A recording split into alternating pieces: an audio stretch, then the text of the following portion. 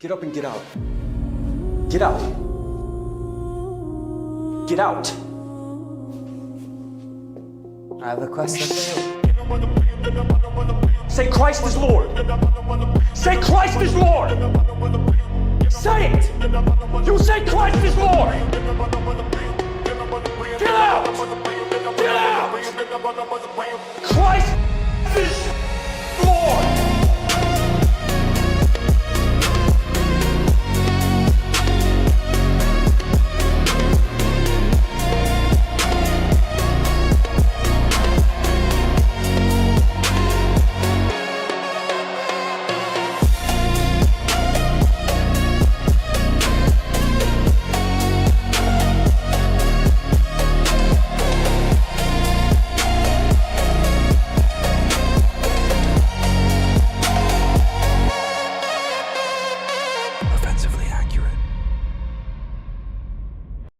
Hello and welcome in to another episode of Offensively Accurate, hosted by yours truly, Atlas Thug, aka White Boy D-Boys, aka another racially ambiguous groiper, and I'm here to tell you that Jesus loves you and Christ is King, unfortunately, typically, and alongside many other terrible things.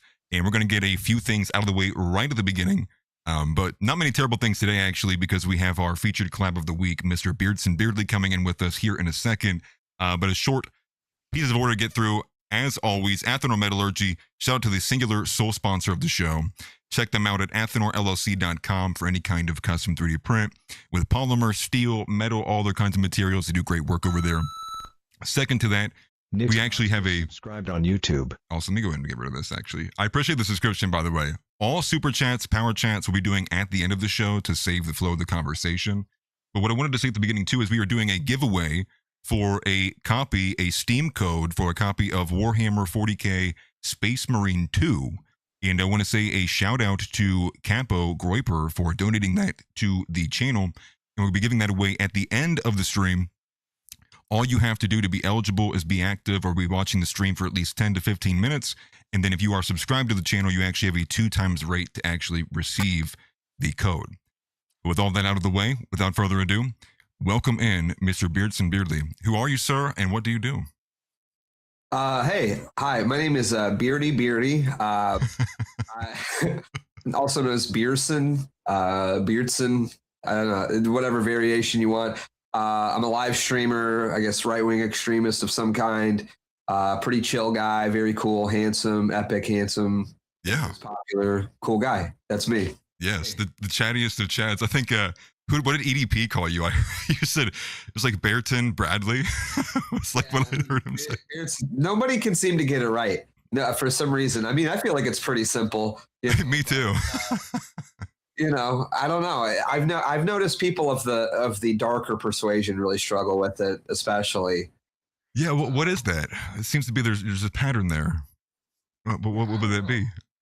I don't know what it is, dude. It's like Bryson Gray, the Matt Nuclear, EDP. It's really only like black people cannot say Beardson Beardly. Like I've found somehow my name is like a foil for them. I don't know what it is. It's a natural IQ test. Dude, it really is. I don't know what it is, but that's a content idea too. Man on the street, you just go up to black people. Can you read this note card? And it just says Beardson Beardly.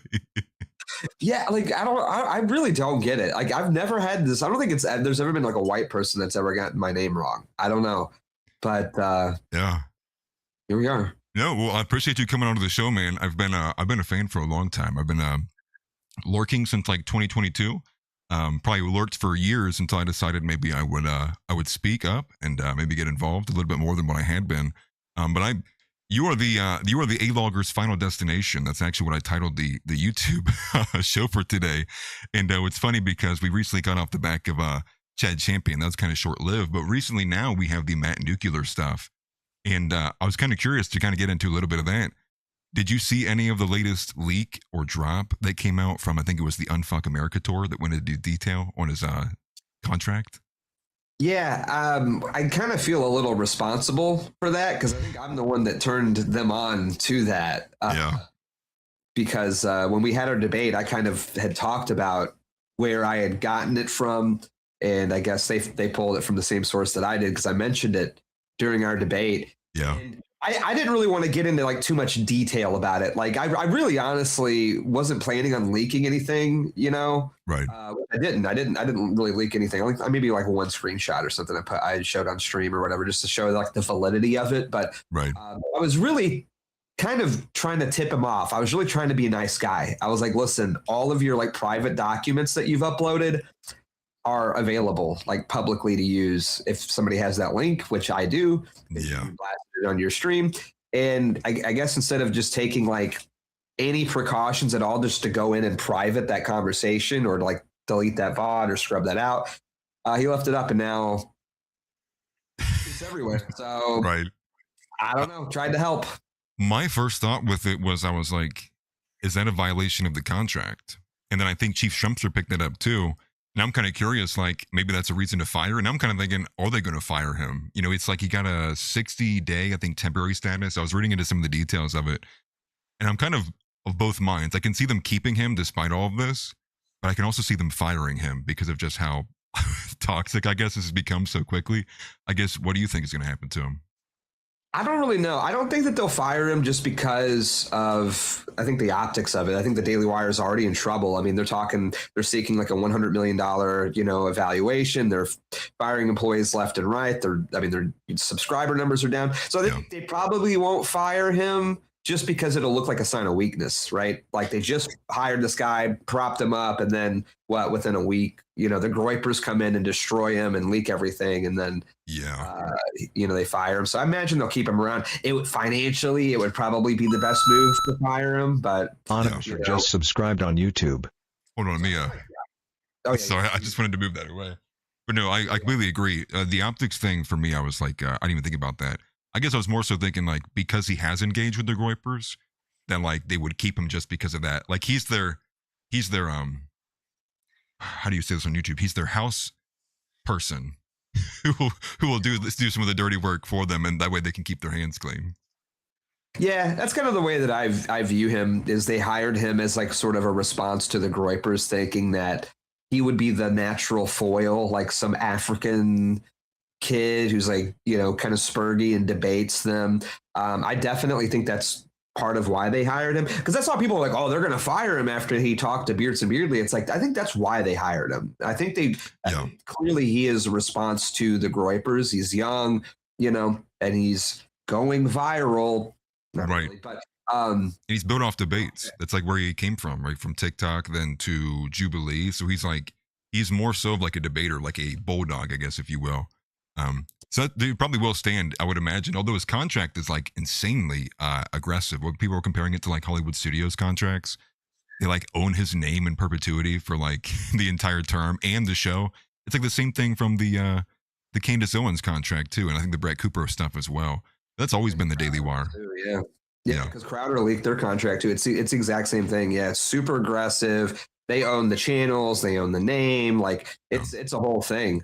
So I don't know. I mean, if you want to sign a deal with the devil, I guess that's what you deserve, right? True. And that's kind of why I wanted to even like point it out. Like people watch that content and then they're like, well, you didn't, this was a terrible debate. It's like, if you went into that expecting a debate, that's kind of your problem. Like I had said multiple times, I really had no intention of debating him at all, because for one, I mean, you saw the way that he acted, right? Like, he's a Spurg, he's just going to mute you and talk over you the whole time.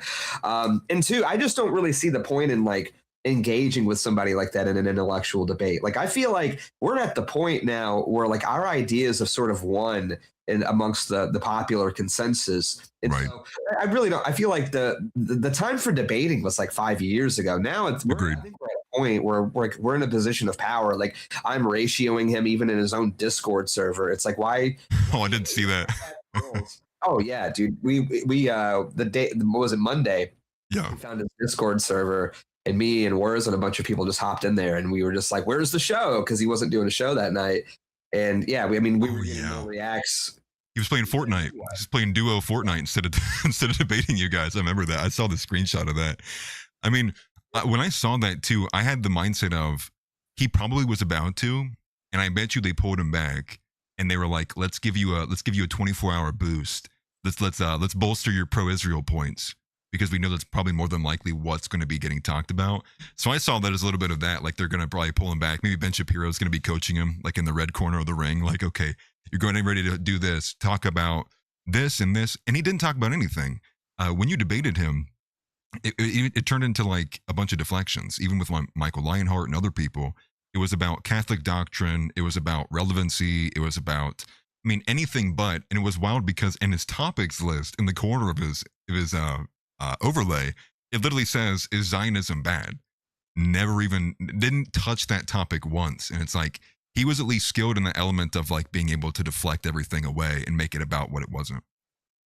Yeah, well, he tried to with me. I mean, that was the thing. He kept trying to deflect, and I kept catching him on it. And I'm like, no. We're going to talk about this. Like, this is very relevant to the conversation here. And that's what you kind of have to do, is you kind of have to listen for those things and walk it back. And maybe it sounds a little spurgy coming from me when I do that, but I'm like, you have to be very insistent, like, because he wants to bounce around. And he did want to like try to like take into more of a debate type situation. I'm not interested in that. Okay. Right. Like, not that I'm not interested in having that debate or discussion with somebody, but I'm just not going to sit there and do it with like the Daily Wire houseboy who's going to, you know, like, who literally gets paid to espouse this opinion, who literally gets paid to hold this opinion and is never going to change his mind or concede any point at all. I just don't really see the point of that. And also, like, I mean, honestly, can we be honest? Who the fuck cares about debate content in 26? Like, that is like 2020, 2021 style content. Like, nobody really cares anymore about the same way. Really, you know, it's all recycled now. I mean, it's the same thing with like the fresh and fit stuff. Well,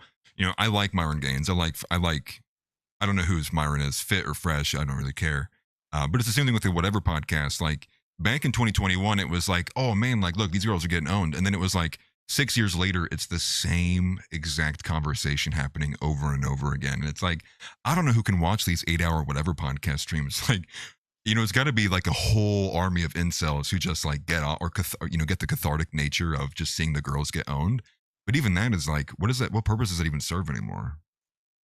Yeah, I'm kind of over all that stuff. Again, like, I just feel like we've won in a certain degree. Like, obviously there's the great bigger political battle that needs to be played out, right? Clearly we haven't won in that regard. There's still a lot of groundwork and stuff to do.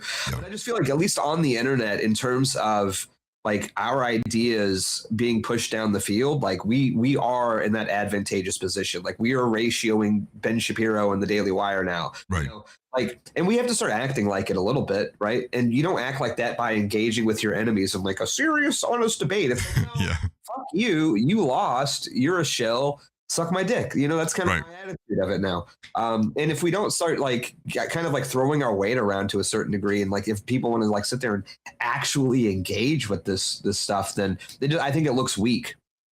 Well, it's the same kind of idea of like just in acknowledging it and then engaging with it gives it that level of credibility of like they have an argument worth batting down. And I completely agree with you. It's like, well, they even said it a lot more even after Charlie Kirk had been shot, right? The debate is over. That was kind of like the period put at the end of the sentence there after he had been killed. Was like, and I think Nick talked about this even last night, which was so much of this is like we have won and we're done even offering the left any more room to talk. Right? That was kind of what was said about Kirk. Kirk was the guy who does the talking. You killed him. Now you get Nick. And I think we needed to hone in on that energy, but all of the Israel dogmatic stuff that Israel killed Charlie, Israel is behind everything, this kind of low IQ anti-Semitism just immediately blew up. And it did take away some of this heat that we could have had. I mean, we had our boot over the neck of the left and then we walked it back. Yeah, and I'm still like very suspicious if that. I mean, I'm not one of these people that like tinfoil hats, like, oh, everyone's a Fed, that sort of thing. Yeah. But it does sort of seem like very convenient that sort of like all of these like teal adjacent people have all of a sudden now gone like full conspiracy theory, right? Like everything, you know, Tucker Carlson, for instance, he'll talk about aliens and he'll talk about flat Earth, but for some reason, Palantir is just completely on the up and up, right? Right. You know, it almost does sort of seem like there is this sort of targeted coordination, because you're right. After Charlie Kirk, it's like we like for 3 days, there, we were like whooping their ass. We were getting them fired from their jobs like they had been getting us fired for our jobs for like 10 years. Yeah. You know, going full scorched earth, and it seemed like the momentum was like on our side. Like even like normal, rational people were like even leftists were like, okay, yeah, like I'm not going to be associated with these crazy DSA freaks who are celebrating this, like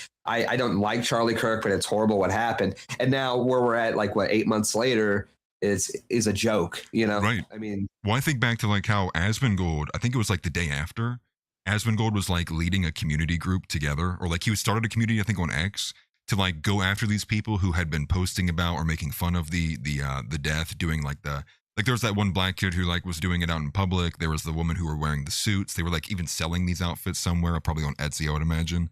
And it did feel like that. It felt like the momentum was like severely shifting. Even Sam Hyde said something to the effect of, we better do this like now. Like we have 2 weeks to kind of capitalize on this.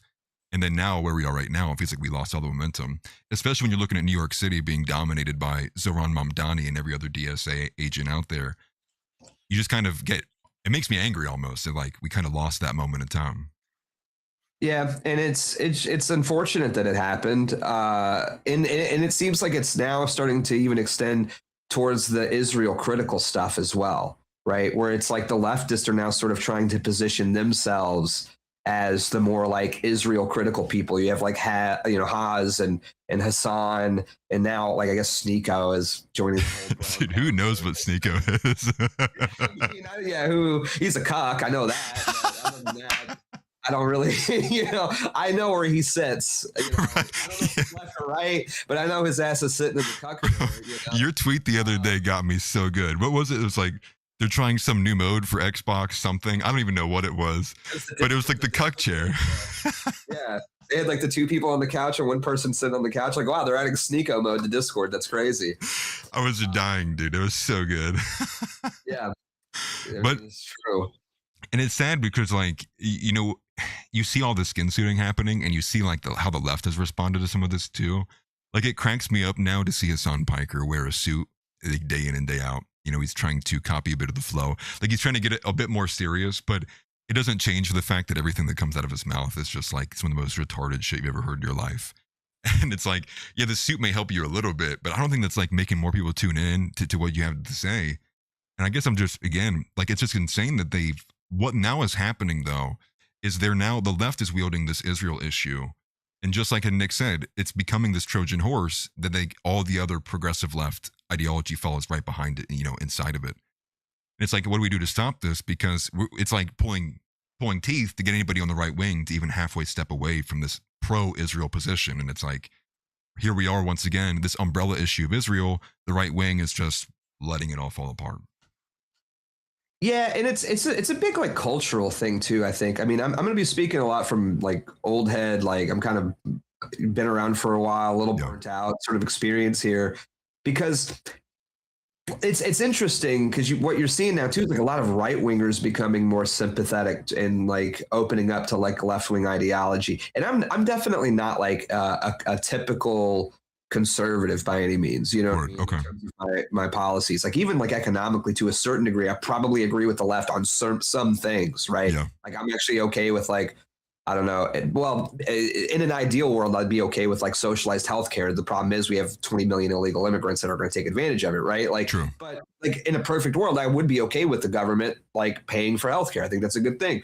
But the problem is that like culturally we've just been stomped. And then again, like you were saying with like the conspiracy stuff on the right, it's like what does the right have culturally? We have Rob Schneider, some burnt out old comedian, and like Kid Rock. Yeah, and Kid Rock. Yeah. I mean, you know what I mean? Like, hey, Kid Rock's early stuff, I fuck with it. It's Baba Da was a banger, but like, we just sort of get the scraps culturally, and it's this sort of like chud reinforcement. Whereas like if you're a young right wing guy, it's like really honestly, like let's just look at it with like soberly here. You want to espouse your views online, you're going to get doxxed, you're going to be socially ostracized, you may get fired from your job even. It's not as bad as it used to be, of course, but it's still a possibility. Yeah. Whereas if you become a leftist, you get to go to like rock concerts and like make out with girls and do whatever the fuck you want. It doesn't really matter. Like that definitely is more appealing, right?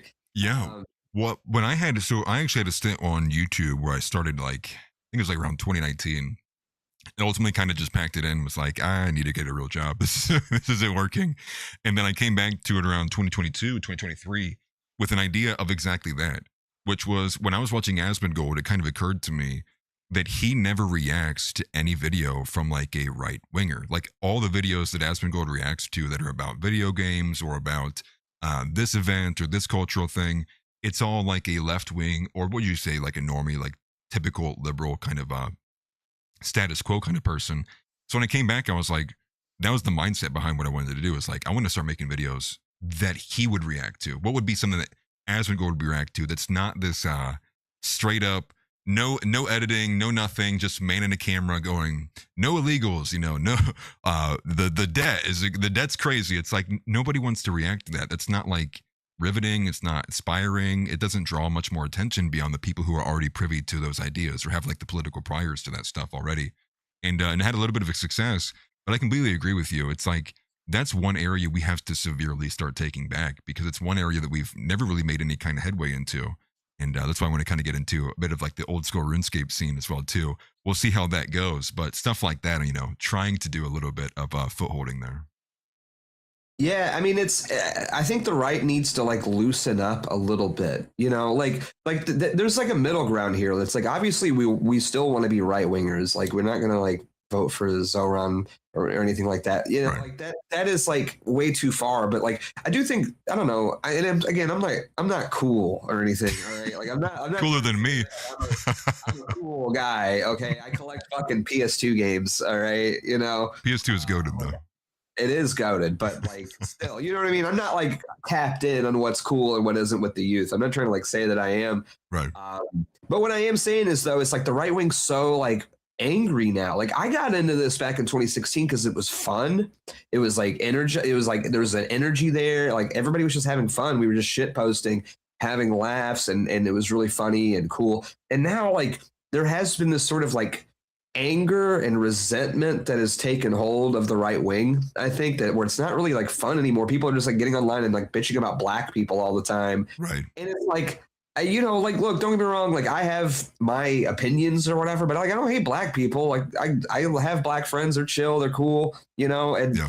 I like, granted, like I used to be a lot shuttier than I am now, but I've like, I let a lot of that go. Cause it's like, I don't know. I'm not really that torn up about it, really. You know, like there has to be, so there's something that needs to happen, I think, within the right wing where it's like, we're not angry anymore. Like, we're having fun and like, we're just like having laughs and we're like kind of joking at our enemy's expense, but we're not bitter about it. There's like a bitterness that's infested the right wing. And there's nothing really attractive about that. People don't want to like log into the internet and like be mad. They actually work like a 9-to-5 job for the most part. They just want to like kick back and relax for a little bit. Of course, like it's important to talk about what's happening in the world. Like, it's, you know, and look at it soberly and then process the information. But then afterwards, it's like, okay, but like we've done like our homework and now it's time for a little fun. And I just feel like the right wing has completely lost that edge.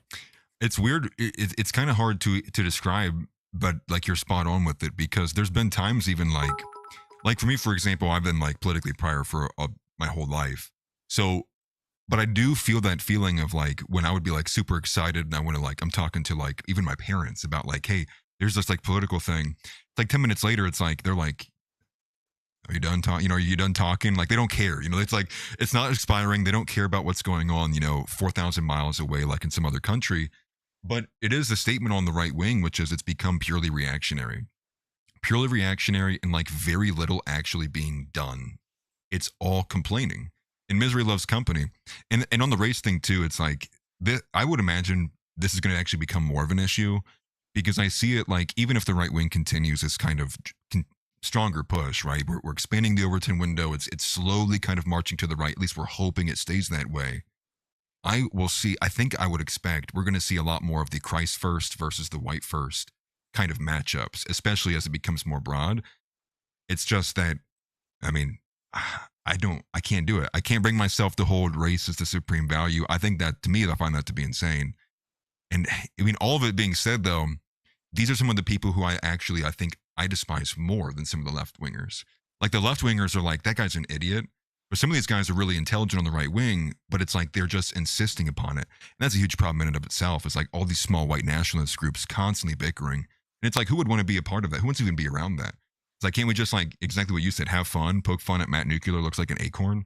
It's like, no, now we got to talk about, we need to get him out of the country. It's like, it's like with violent, it's like with it's almost like crass in nature, and it's like, yeah, no one really wants to be around that. It's like, no wonder the hoes aren't here, dude. Like it's like you're bringing the whole thing down. You're scaring the hoes. Yeah, it's weird. It's like, well, and the thing is, it's like, it's obviously like race is important. Clearly, like I don't think any one of us has ever said like race isn't important. Like you know that is something that's like very important to like our ideology. Sure, like absolutely. But it's about I think the best angle for it is like a more positive spin. It's like I just want America to remain like racially the way that it was, because I think that's what makes the country great, right? Yeah. Like it's about like perseverance and sort of like a retaking of what's like rightfully ours, as opposed to like this sort of cruelty and this sort of like punching down, I guess would be the leftist way to say. Yeah, right. It's kind of true, right? It's like I get it. Like you sit there and watch like 100 videos a day of like some black guy, you know, freaking out in public, and it's like easy to get like really upset about that, or like the Carmelo Anthony thing, or the you know, the Ukrainian girl. Like I get that. Like I'm sympathetic to those sorts of things. I understand that. I can compartmentalize. It's not like every black guy though, dude. You know what I mean? It's not like every single black person. Like I can't really get behind that. I used to probably like, you know, 4 or 5 years ago before I became Catholic and all that. But like I don't know. I've just let all that go. I just don't have that hatred in my heart like I did. And, you know, I don't know. You see people saying like, well, hate's really useful. It's like, I mean, not really. Like it doesn't really help us get anywhere. It just attracts people who are never really going to do anything except for like sit around in Twitter spaces for 12 hours a day, thinking about like what they would do if they were Hitler, you know, like, we don't really need people like that. I'm sorry. Well, I agree. You know, I think the best way it was put to me was, I think this came from House, and shout out to House, that it's just natural that when you have fringe movements, you're going to attract people on the fringes, people who are just naturally like not welcome in any other kind of group, naturally just get ostracized, just like basic kind of archetypal weirdos. And I do see that, you know, and at the beginning of doing a lot of this, I was a lot more charitable, right? I was like, you know, okay, you know, I get it. Okay, this and this. But then for some of these people, it's like they're obsessed with it. You know, it's like it's their username. It's the only thing they'll talk about. They won't engage in economic policy. They want to get like nothing. It's like it's all race. It's this like strong race obsession. But I share the same sentiment as you. Like, you know, I've spent the last like 11 years in the city, but I also grew up in a mixed area too. And like, sure, the majority of them are pretty rough, but there's also, I have many examples, like, you know, firsthand of guys who are like, I would put them up higher than many other, you know, white people that I know. It's like, but even just to say that is like, that's enough for people to consider you like a traitor to some kind of value set. And again, I would never turn my back, as you know, as Nick said, on Jesus Christ, because I found to be race to be more important. But no, I was recently listening to one of your streams on the Catholic conversion that you had talked about from a couple of years ago. I was kind of curious, like, how was that transition? Because I kind of had similar, I'd always grown up in the church, Protestant though, not Catholic. And then I kind of fell away from it going to college. But then I actually naturally came back to it just because of so much of what I was witnessing in college. Like I just could feel how evil and degenerate some of this stuff was. And I like was propelled by the contrast. But I was curious, like, I guess, if you want to tell a bit more about how you kind of came back in your faith. Yeah, I mean, it's kind of a long story. You know, I kind of grew up Protestant too. And I remember I went to, my dad was like Pentecostal. So we went to Pentecostal church and I was like, this is weird. I don't know. Even as a kid, I was like 8. And I'm like, they're speaking in tongues and stuff. Like, yeah. I don't know. I just don't really, I don't know. It's just weird. It was like scary. You know what I mean? It was like a scary environment, really. I'm scared. They had like snakes and stuff there. You know what I mean? It's like, you know, I'm in the South. And so it's like really deep sort of stuff. And so I just never really resonated with it. And then when I was like 14, 15, met a girl, she was Baptist, started going to like a youth group type thing, you know? Yeah. And then I got, that's where I ended up getting baptized, was like in this Baptist church. And I'll never, like, it was getting already kind of weird because I remember they were like making us watch The Matrix in the youth group. And that's interesting. Yeah, they're like, see, Neo's kind of like Jesus. And I'm like, I love The Matrix, but like, again, maybe this is weird. I don't know. It's just kind of like not vibing, you know? Yeah. And then I got baptized, and I'll never forget this. They told me, like, all right, you're baptized now. You're going to go to heaven no matter what. And I'm like, wait, really? They're like, yeah, no matter what you do, your name is in the book and you're going to go to heaven. And I'm like, well, then why would I just keep going to church then? Why would I just leave? Like, why? You know, like, what's the point then? And they're like, oh, no, you should still keep coming to church. And I'm like, what are you going to do? I'm already baptized. I got it. Boom, I'm out. Right. You know, like literally that's what happened. I just stopped going. I was like, okay, well, I'm saved forever. Then that makes sense. And then, you know, you become an adult, and I started to, I wouldn't never say I was like a hardcore atheist by any means, maybe a little bit for like a brief period, but I just stopped believing, you know, I don't know. I became, just fell away for like the longest time. And for like most of my adult life, from like, I don't know, 18, you know, the 30, 31, I was an atheist, but I started getting like right-wing politics in like 2016. And I started to open up a little bit more about it. It wasn't so much that I believed, but I was like, okay, but I am acknowledging that like, if this was a country ruled by Christians, like, and we lived under a Christian morality, I would benefit from that. So I'm okay with that. Like, I'm okay with the idea of Christian morality, right? Like, just from like a logic, I was approaching everything from like this like logic perspective, you know? Yeah, natural. And then, I had this big thing. I had like huge, just like worst month of my life. My dad had like 9 strokes. He was in a coma for like. I'm sorry to hear that. Yeah, and then like a week after that, my mother-in-law passed away. So and I just started this new job that I fucking hated, and it's like all these things were happening, and I didn't know what else to do. So I just prayed. Like I was like, I wanted to die. I was just like, I'm so done with life. Like everything's just so like fucked for me right now. Yeah. And I prayed, and I'm like, God, I don't know if you're real or not, but like I need some help. Like I just need something. And then 2 days later, my dad woke up from a coma, and I'm like, okay, that's a little weird. And the first thing he told me was he was telling me he had this like vision that he saw Satan and he saw Jesus, and like, I mean, I'll spare you all the details, but like had this whole like vision. That was like the first thing that he told me too. Yeah. And I was like, okay, maybe there's something to this. Like maybe there was something to this whole Christianity thing. And obviously this is like 2021, beginning of 2021. And so I was like, okay, I think I'm a Christian now, but like, I don't really know where to go. And I was like, I know Nick's Catholic. I know everyone's Catholic, but like, I don't want to become Catholic because it's like, that would make me popular or that'd be the cool thing to get into. Right. Like I wanted this to be like an earnest thing. So I spent a few years just kind of researching. And then some friends of mine, some Groypers, invited me to go on this like retreat up to like a priory and stay with these monks, Catholic monks, for like a weekend. Okay. And so I did that, and went to my first mass, and like that was like the first time I had like a real sort of like spiritual experience. Like I really felt like when I walked into that mass, I was like, oh man, like this is the first time I feel like I'm in church, you know, like this is the first time I feel like I'm actually in a church, like for the first time in my life. And so I was like, all right, so I'm gonna become Catholic. So, you know, again, sort of drug my feet for a little bit, like maybe out of a year. And then I was like, fuck it, I'm just gonna do it. So like right after Easter, watch Passion of the Christ, bawled my eyes out. And I was like, I'm going to RCIA. And been Catholic for like 2.5 years now. So it's been pretty cool. That's awesome. It's funny that you mentioned that though, that bit of having the hesitancy to not be Catholic just because it'd be the cool thing to do or like to fit in, you know? And I find myself, that's kind of where the crux I'm at right now. A lot of people say they're like politically homeless. I consider myself like religiously homeless. I've probably spent the last like 2-3 years really dragging my feet, but exploring between like Protestantism and Orthodoxy and Catholicism. And I will be honest, like I've not given Catholicism its fair shake. And part of that does come from the fact of like, I came from a Protestant background, and it feels like they have more against Catholics than they do almost any other group. So that was kind of like my upbringing too. So I kind of have some like indoctrination I got to get rid of. And, but just hearing that story about your dad waking up from the coma, that's powerful, you know, it's extremely powerful. Yeah. Yeah, I mean, it was a crazy experience. And dude, trust me, my dad's still Protestant. He gives me crap for being Catholic like every day. He's like calling me up, what's the deal with holy water? And I'm like, okay, all right. I can imagine. You don't have to go to confession. You can just confess to Jesus. I'm like, dude, I know. Okay. All right. We don't. That's funny. I don't need to go through all this. That's how my dad would be too.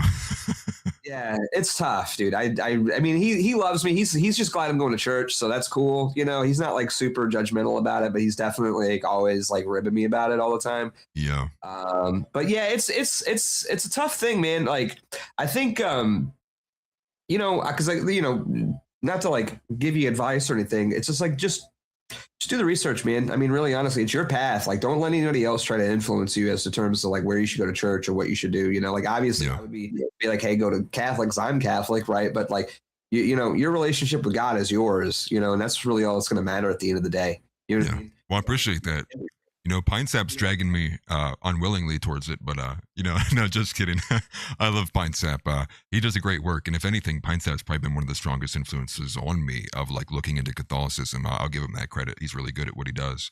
I don't know if he considers himself like a theologian, but he's clearly got way more knowledge about this kind of stuff than what I do. I would like to have that kind of plethora of knowledge. But I appreciate you sharing that. Now, I was a bit more curious, kind of what that upbringing was, because I had kind of a similar kind of just back and forth path, but to me it was just really like it became undeniable at a certain point, which was like the experiences I was having, the feeling of like getting super lucky in certain instances, you know, and like for me, for example, like I've been in, this is gonna sound like I'm a terrible driver, but I've been like in 8 car accidents in my lifetime, somehow have not perished, you know, and a couple of those were like pretty rough, and there's been a lot of instances like that. A lot of the people in the Discord community don't know what I'm talking about. That it's like there's probably only one reason I'm still alive here. You know, I'm like given like a lucky chance, and that really kind of pulled me in that experience in college. But moving on, I wanted to know like who are some of like your best like friends in the space, friends, and then also vice versa, who are some of the worst enemies? I don't even know if I have friends. Everybody hates me, dude. I'm the most hated man on the planet. I don't know what it is, dude. It's like I think I'm a pretty nice guy. Okay, I think I'm a pretty nice guy. Yeah, and yet somehow you've been nice to me. For like I'm the lightning rod for just the crazy. I mean, this past like 2 months, it's like I've had the AFU drama and the Matt Nuclear, the Chad Champion thing, like Josiah Moody's coming at, like all these people are coming at me, and I don't really know what it is. I mean, best friends obviously Tyler Russell. I love him. I've known him for like such a long time. He's just awesome. Jimbo Zoomer, I've known him for forever. Wars, we do a show together, the Weekly Sweat, every Saturday night. My enemies. Michael Lionheart, number one, like is my biggest op for sure. Michael Lionheart. I had a feeling you would say that too. My biggest op. I mean, no. On a serious note, like enemies go, I try not to think about it too much. I mean, I feel like I have a lot of enemies. You know what I mean? But like, I don't know. My enemy is like whoever is targeting Nick or this movement. You know what I mean? Like,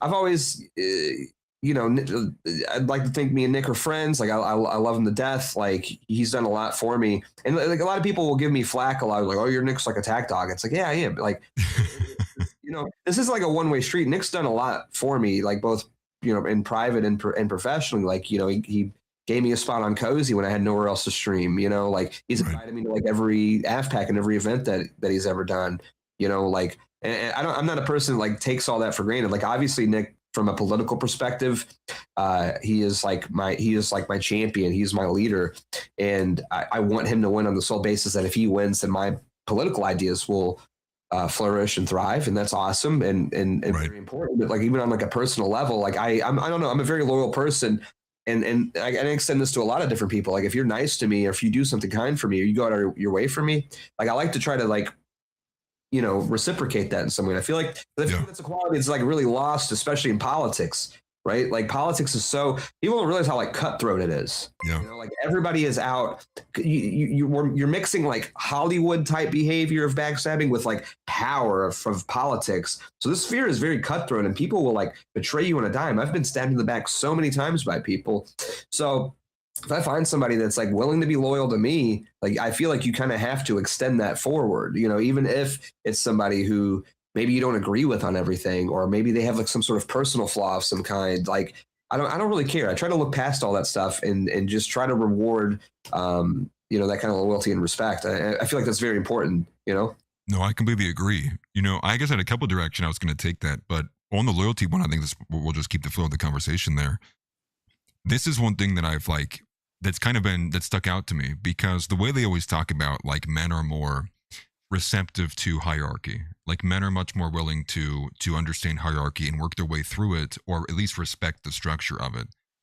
But in the political realm, it doesn't seem to be the case, especially when applied to Nick, where it seems to be that one of the first attacks, especially for like me, and I would imagine you the same, is if you like are reposting him or are amplifying him or in any other type of way, you're seen as like, oh, you're like you're gay for Nick, right? Or it's all these kind of things, and it's like, well, yeah, but like I can recognize there's literally like he is the best orator of our generation, and not only is he the best orator of our generation, he's on my team too. It's like, so why would I not push or want to amplify for this guy? And then a lot of the people always come back and they say, well, he's not king-making enough. And that seems to be a term that they use all the time. He's not king-making. He's not putting enough people on. And it's like, who even is there to put on? That's kind of like what I think about. It's like, well, who do you be putting on who is not already kind of, in the orbit of America First anyways?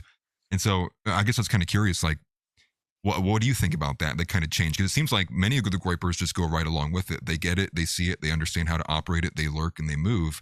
And then there's this other branch of guys who, like, they just simply can't. They want to be king, they want to be general, et cetera, et cetera.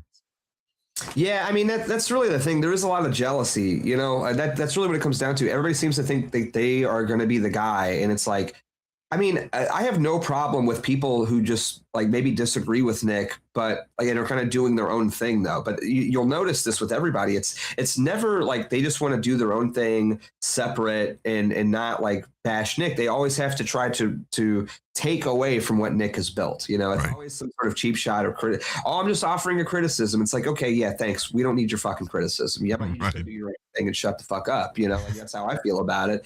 Because like, it's not to say that like I'm above criticism or like Nick's above criticism or anything like that, but it's like we're being criticized constantly every day by fucking everybody, like that's kind of the whole point. Like we literally have a group of people in power that are constantly criticizing us. Like we need to start taking our own side for once, like I do believe in some sort of like white, solidarity or like white unity or right-wing unity of some kind. And it's not to say that like if you're going out there being a total jackass that you shouldn't be criticized. Like I'm very critical of the right wing all the time, but it's not even really to try to like hurt you or damage you. I'm saying this because like we are all sort of lumped into this together, whether we like it or not. Like, I can be super critical of like Chud the Builder, for instance, and his behavior and his actions. I don't condone that or whatever, but regardless of how much distance I try to create between myself and Chud the Builder, the other side, our enemies are going to see us as one cohesive unit, and you kind of have to take that into account, right? Like it doesn't matter whether you're Arvold or Richard Spencer or Nick Fuentes or whatever, they see us all as the same. And no matter, it's kind of like with the Lucas Gage thing. And I like Lucas, like I consider him a friend, but it's like you're going to write for the Canary mission and say like, I'm not a Nazi or whatever anymore. It's like, they don't really care. Okay. Like they're not going to stop seeing you as a Nazi. They're not going to stop seeing you as like an anti-Semite or whatever. Yes. He's become a tool. He's like a cudgel now. Yeah, exactly. Right. And I just think that was like such a big mistake. And again, like I consider him a friend, so I'm trying to approach it lightly, but I just don't know why you would do something like that. Like everybody seems to think that like they can, everyone's like fighting for the same share of the pie. And it's like, we only, like obviously the Groypers and Nick like dominate the online sphere, but like that's only half of the pie. There's a whole other half that you could go after that like the person who you hate the most owns. Like go after that share of the pie.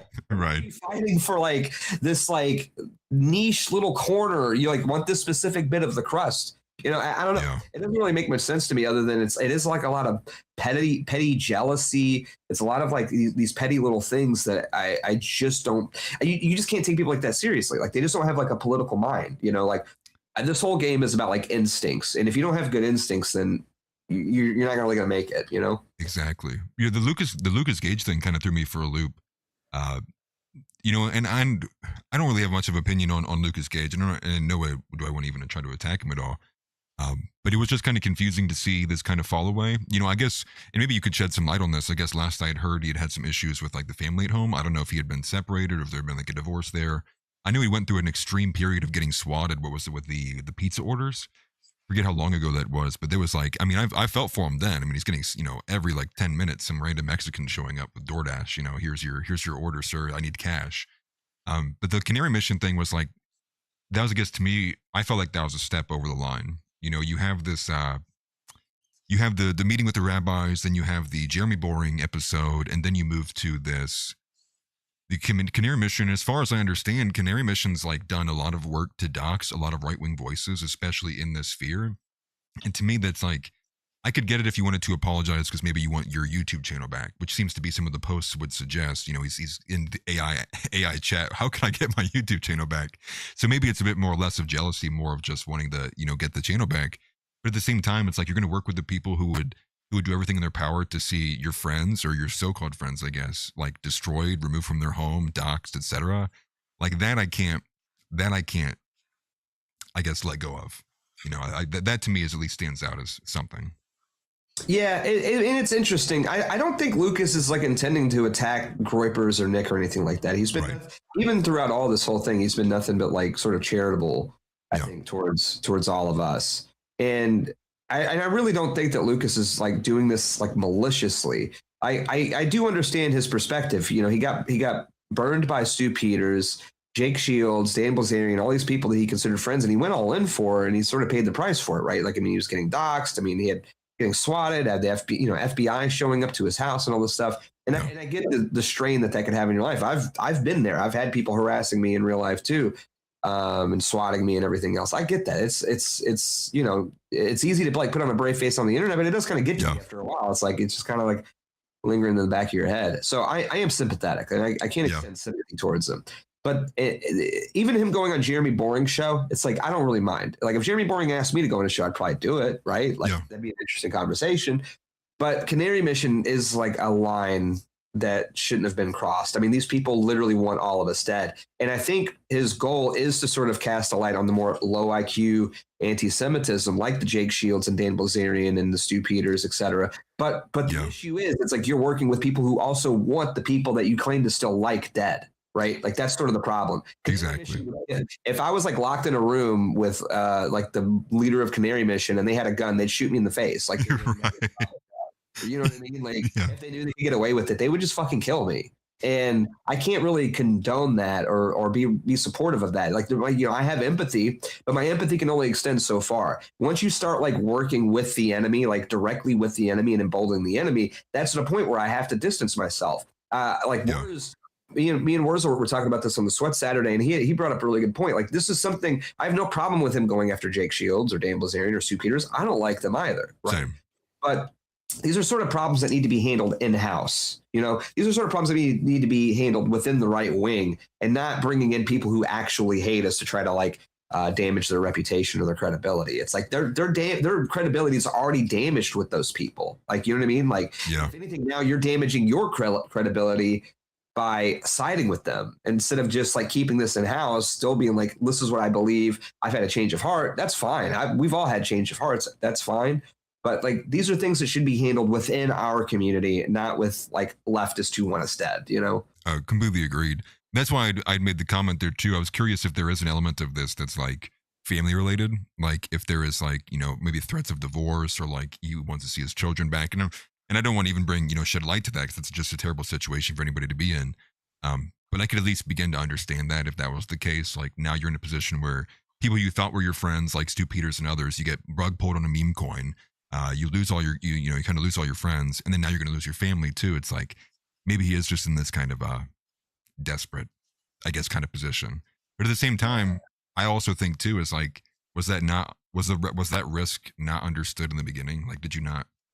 You know, because that's kind of what I think too all the time, is like, at any point, you know, that could happen to me, right? I could, you know, an article may write something about me. It just could be any day. There just something could happen that would kind of ignite it up.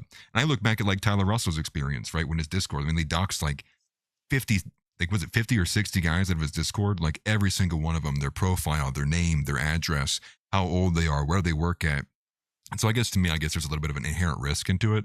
But maybe just wait and see. I guess maybe we wait and see and figure out what he's doing and see where it goes from here, honestly.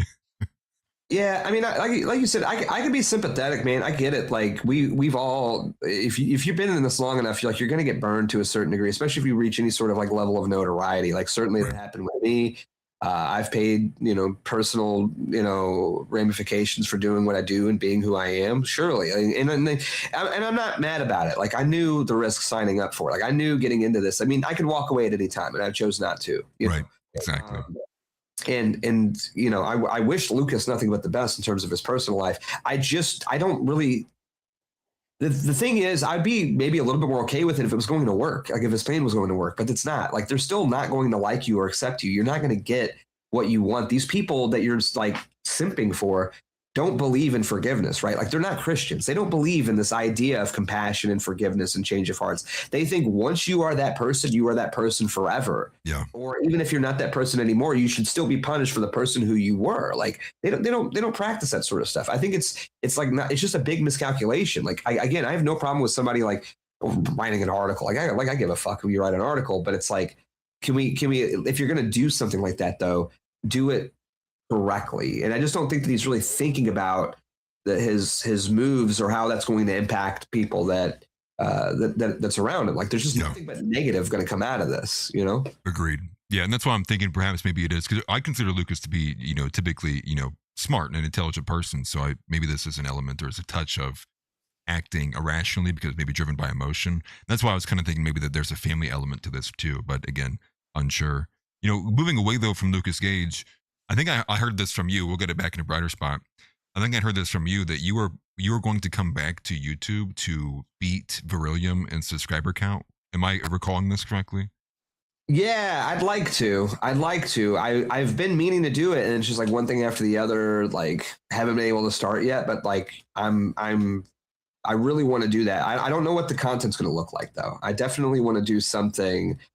Because I was doing YouTube for a little while, like doing like gaming stuff, which is fun, and I like doing that. But I kind of want to do something a little bit more serious, a little bit more, I guess, sort of like political in nature. Not serious. It's gonna be funny, but because it's me, I'm a jackass. But I want to beat Verillium. Like I do. I want to get like 200,000 subs on YouTube. Like not even for like the money or the fame or anything. I don't care about that at all. I just want to beat Verillium because his content sucks and I hate him. And you get the bigger plaque. Yeah, exactly. Like if someone's going to be on YouTube, like stealing Nick's talking points, it should be me, a guy who actually likes him, Yeah. Well, the big beef I have with Verillium is less so that he's just stealing it. It's the fact that he's stealing it and then the direction is going towards the more Jake Shields, more of this just general Israel critical. And it falls under the same umbrella of it moves away from what the kind of integrity of what the America First movement is. And like that's the part that bothers me too. Is like if you're gonna do all of this, it's like do it for all the right reasons. But I think he was spiraling out a little bit. And this is coming from somebody who, and you may not know this, like I signed a contract with Casual American Media the day before America First United what happened, and I have been hands off the entire time. Non-existent, not talking to anybody. And I made my point clear like the day of. I was like, this is like literally retarded. I do not understand why the hell anyone would have done this, organized this event. And I've been critical of Casey Putsch leading up to that too, one of the people who had been helping put it all together. And it's just been one retarded thing after the other. And, with Verillium in particular, it's just like another story. And we can have that conversation if he wants to. But again, it's all of this basic, like to me it's almost sticks out like a little bit of a grift almost. And I think part of that does come from when I see he's talking about like brand kits, and his dissent against Matt Nuclear was like, your thumbnails aren't good. It's like, who gives a shit about the thumbnails? Like it's about the fact that the guy is retarded and he's a house slave, pro-Zionist, doing the Daily Wire talking points. But like again, it goes to all these things that it's not really about. Yeah, that's the thing. I'm not a populist. Okay. Like I never have been a populist. We've never been populist. Like that's never been our agenda.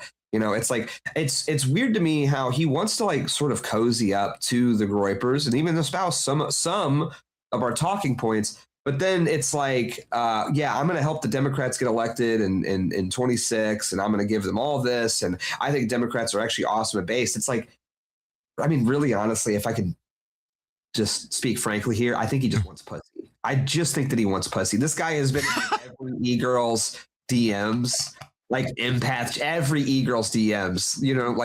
He is a populist for pussy, essentially. That's crazy. That's what it is. Yeah. And empath. I think I'm gonna be honest here. I'll speak frankly too. I think she's very unattractive. So I don't get the whole empath chant thing. I don't get it. She leaked his DMs. Like it was crazy. It was like the wildest. Like 3 girls have leaked Verillium's DMs, which is like nuts to me.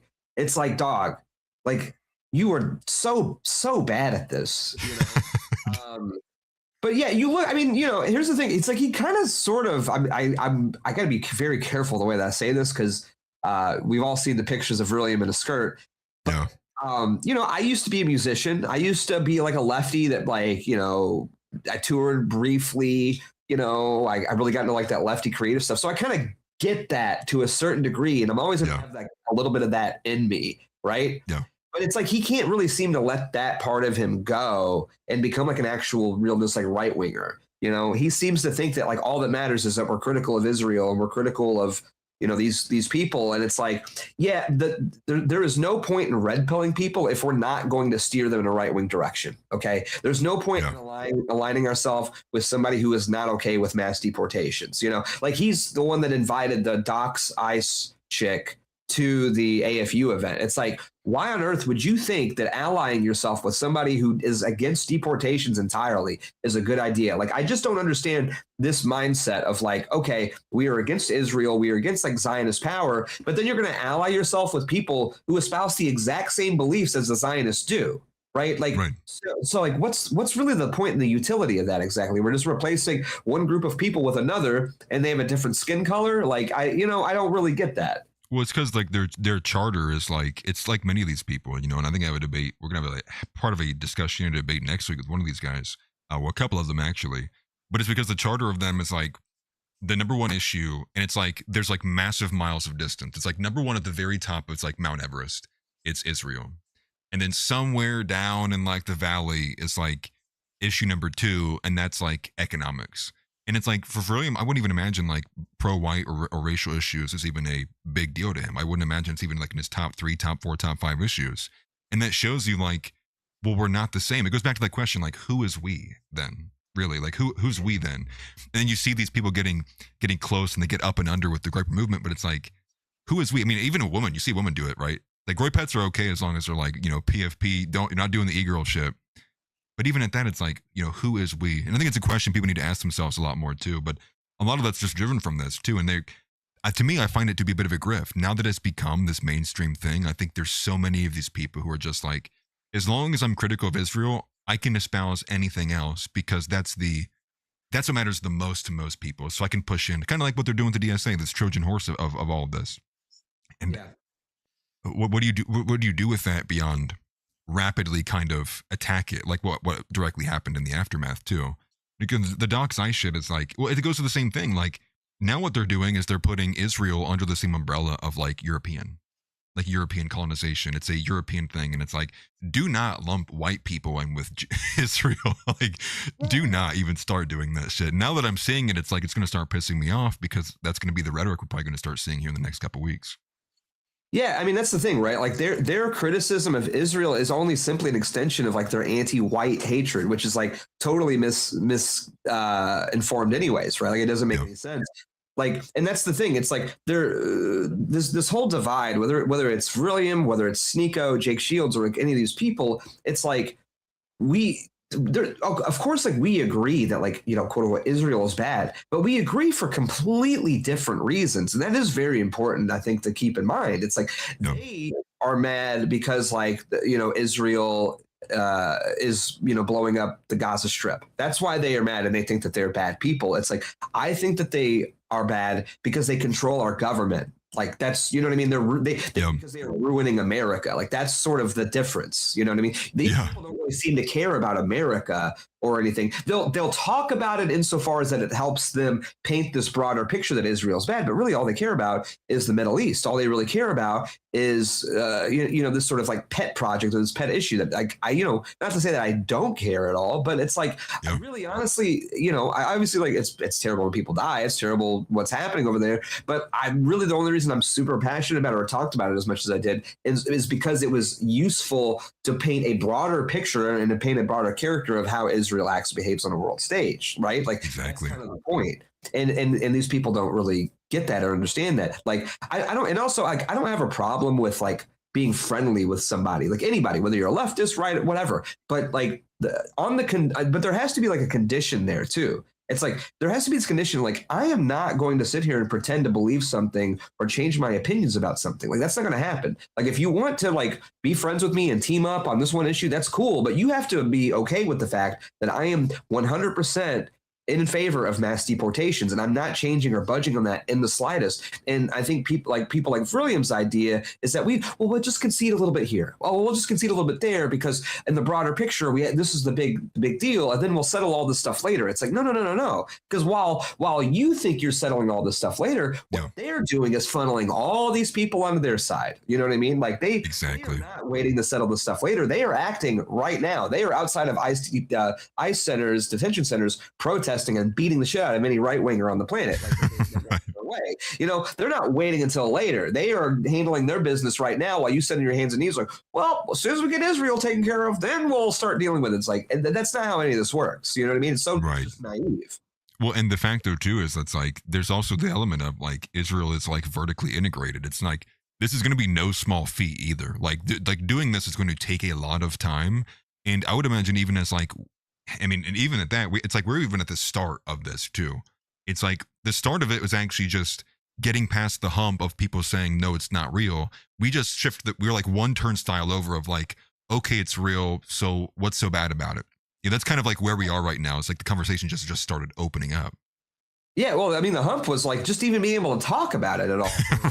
Right. You know what I mean? It's like it was like 7 years ago. You'd say the stuff you get banned on every platform. You know what I mean? Like, or you'd get debanked or demonetized of some kind. You know, I mean, people don't realize. People are like, what was it? Like Mendigler's, well, 10 for 10. You've been doing this for 10 years. It's where your gains. It's like, dude, we've really only started being able to do any work for the past year or two because for so long your side has like completely weaponized censorship against us. Like people have been doxxed, fired from their jobs, and now finally we've gotten to the point where you can even have this conversation. And now that we're having this conversation, and people are like, "Oh, wow, I've never heard it. Like I've never seen it like that before." So that's now it's like, yeah, like you were saying, like now's when the real work begins. Yeah, and it's like it's also like a tricky thing too. Like obviously, I think we dominate the online conversation. I don't think there's any question about that, right? Like that's.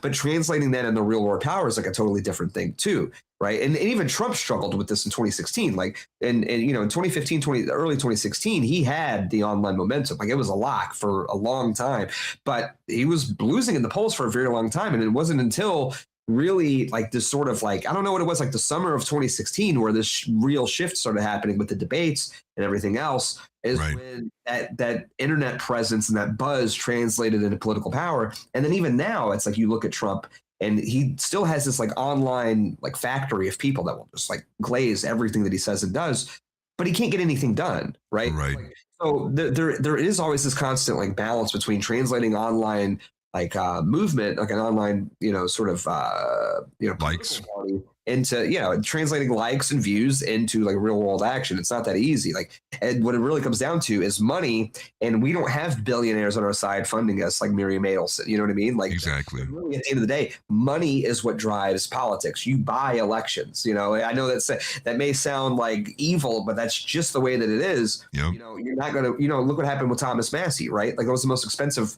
Republican primary in history. And they bought that election, even though like I'm from Kentucky, dude, that was like solid Massey country. You know, like people love Thomas Massey, but what they did was they hit the concrete. They spent what, $20 million, I think, something like that. Yeah. 20 million against him and like 10 million for him, I think is what they ended up putting up. At least they tried fighting back a little bit, it looked like. But even me from like the outsider looking in, I was like, you know, that's Massey country. I'm like, even with that money, I'm like, he still might have a chance to win, you know, like he kind of owns that area. And then to see him lose was like, they can get anybody. You know, it's like if they can get Massey out of Kentucky, it's like they can get anybody. And that does mean money does facilitate politics. And it goes into the point, too, of like needing to be elite human capital. I think that's like one of the best things that he's on, but that Nick pushes as part of this movement is like, you need to actually be doing what you can to get money, make money, build connections, network, because we don't have a billionaire on our side. I don't even know if we have many millionaires on our side, right? It's like it's very, very, very depleted of like the finances we have on this side. In part and parcel because, you know, it's an element of who even is able to make it that far before, you know, unless you're hiding your power levels. You know, maybe Papa John's, you know, he thought he had a company until he said one word. He's gone now.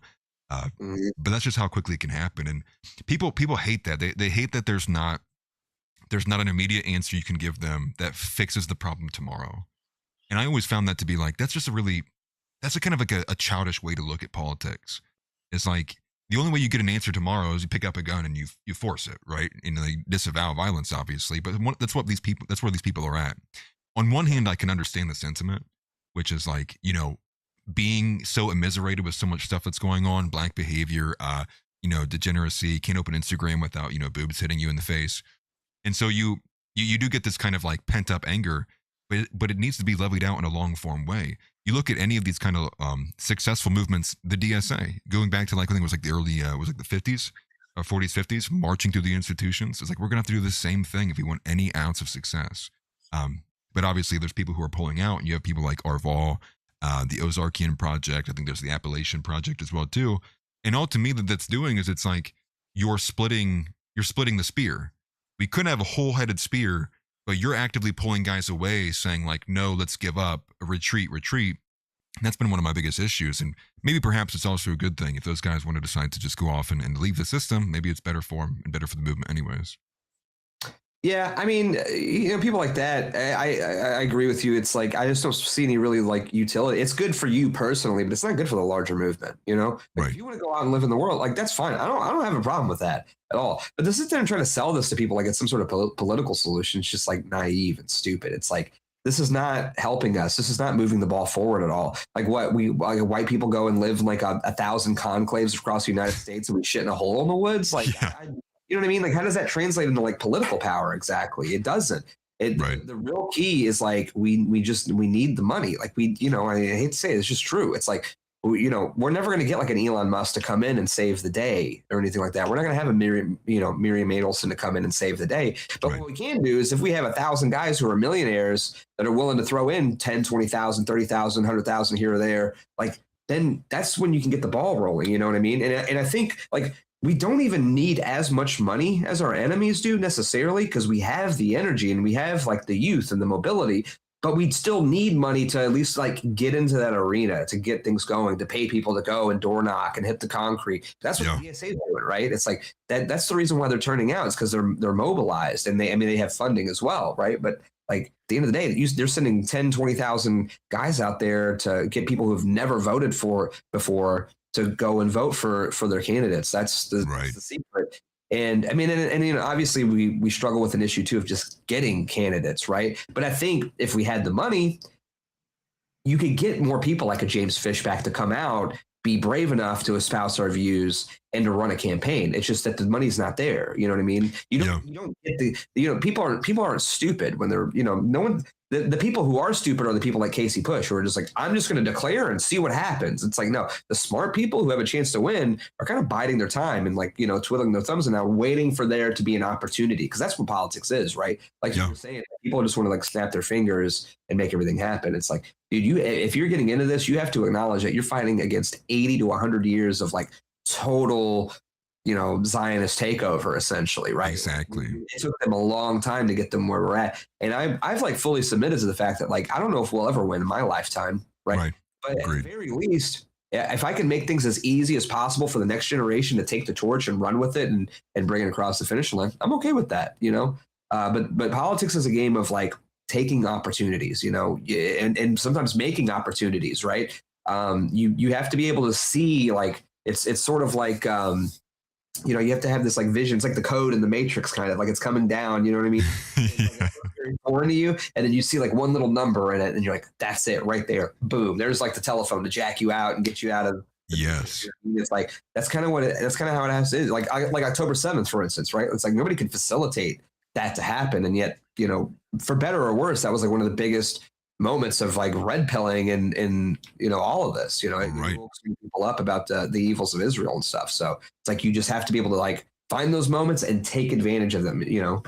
Yeah, well, you're spot on. Like this, and that is like true. Like there is a natural like song and dance to just politics in general. Like even applying that in the context of like JD Vance. You know, when you look at JD Vance, for example, you have these stories that dropped. It was like man, it should have been like almost 3 or 4 weeks ago at this point. That it was like, oh, I don't know if I'm going to run for president. Like, and it's like, but the window of opportunity to become president is like a once in a lifetime thing. And to know that everything that Teal had done to get him there, right to the point that he's going to back out, like when he's at the door, I was like, there's no way. And if anything, that what it read to me was like, is this the beginning of of Rubio's camp starting up the engine to like start souring a bit on the JD Vance element, and that's something to pay attention to now because I think that's full blown what's going on. You have a bit of the Rubio versus the JD Vance element, but that goes back to people wanting simple solutions. They're not fully grasping politics, and it's, I mean, and I hate even saying it too, but some of these people are just basically like, I don't know. It's like they think that politics is this very simple thing, and it's not. It's super complex. And it's like, imagine that. Many of these people who are critical of Israel, they think that Israel is like this. And I mean, in some aspects, they are. It's like this great power, this great entity that can do all these things.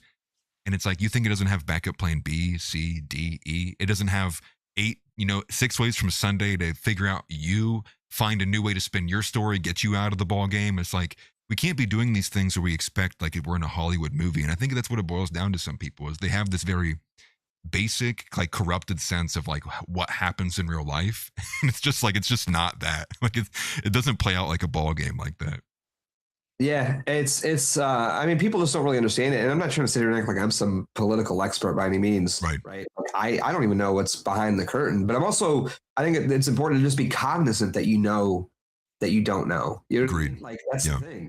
It's like you have to have a little self-awareness to realize that like there's this is like we're talking about world powers here. Okay. Like everybody seems to think they have the answers. It's like you know nothing. Yeah.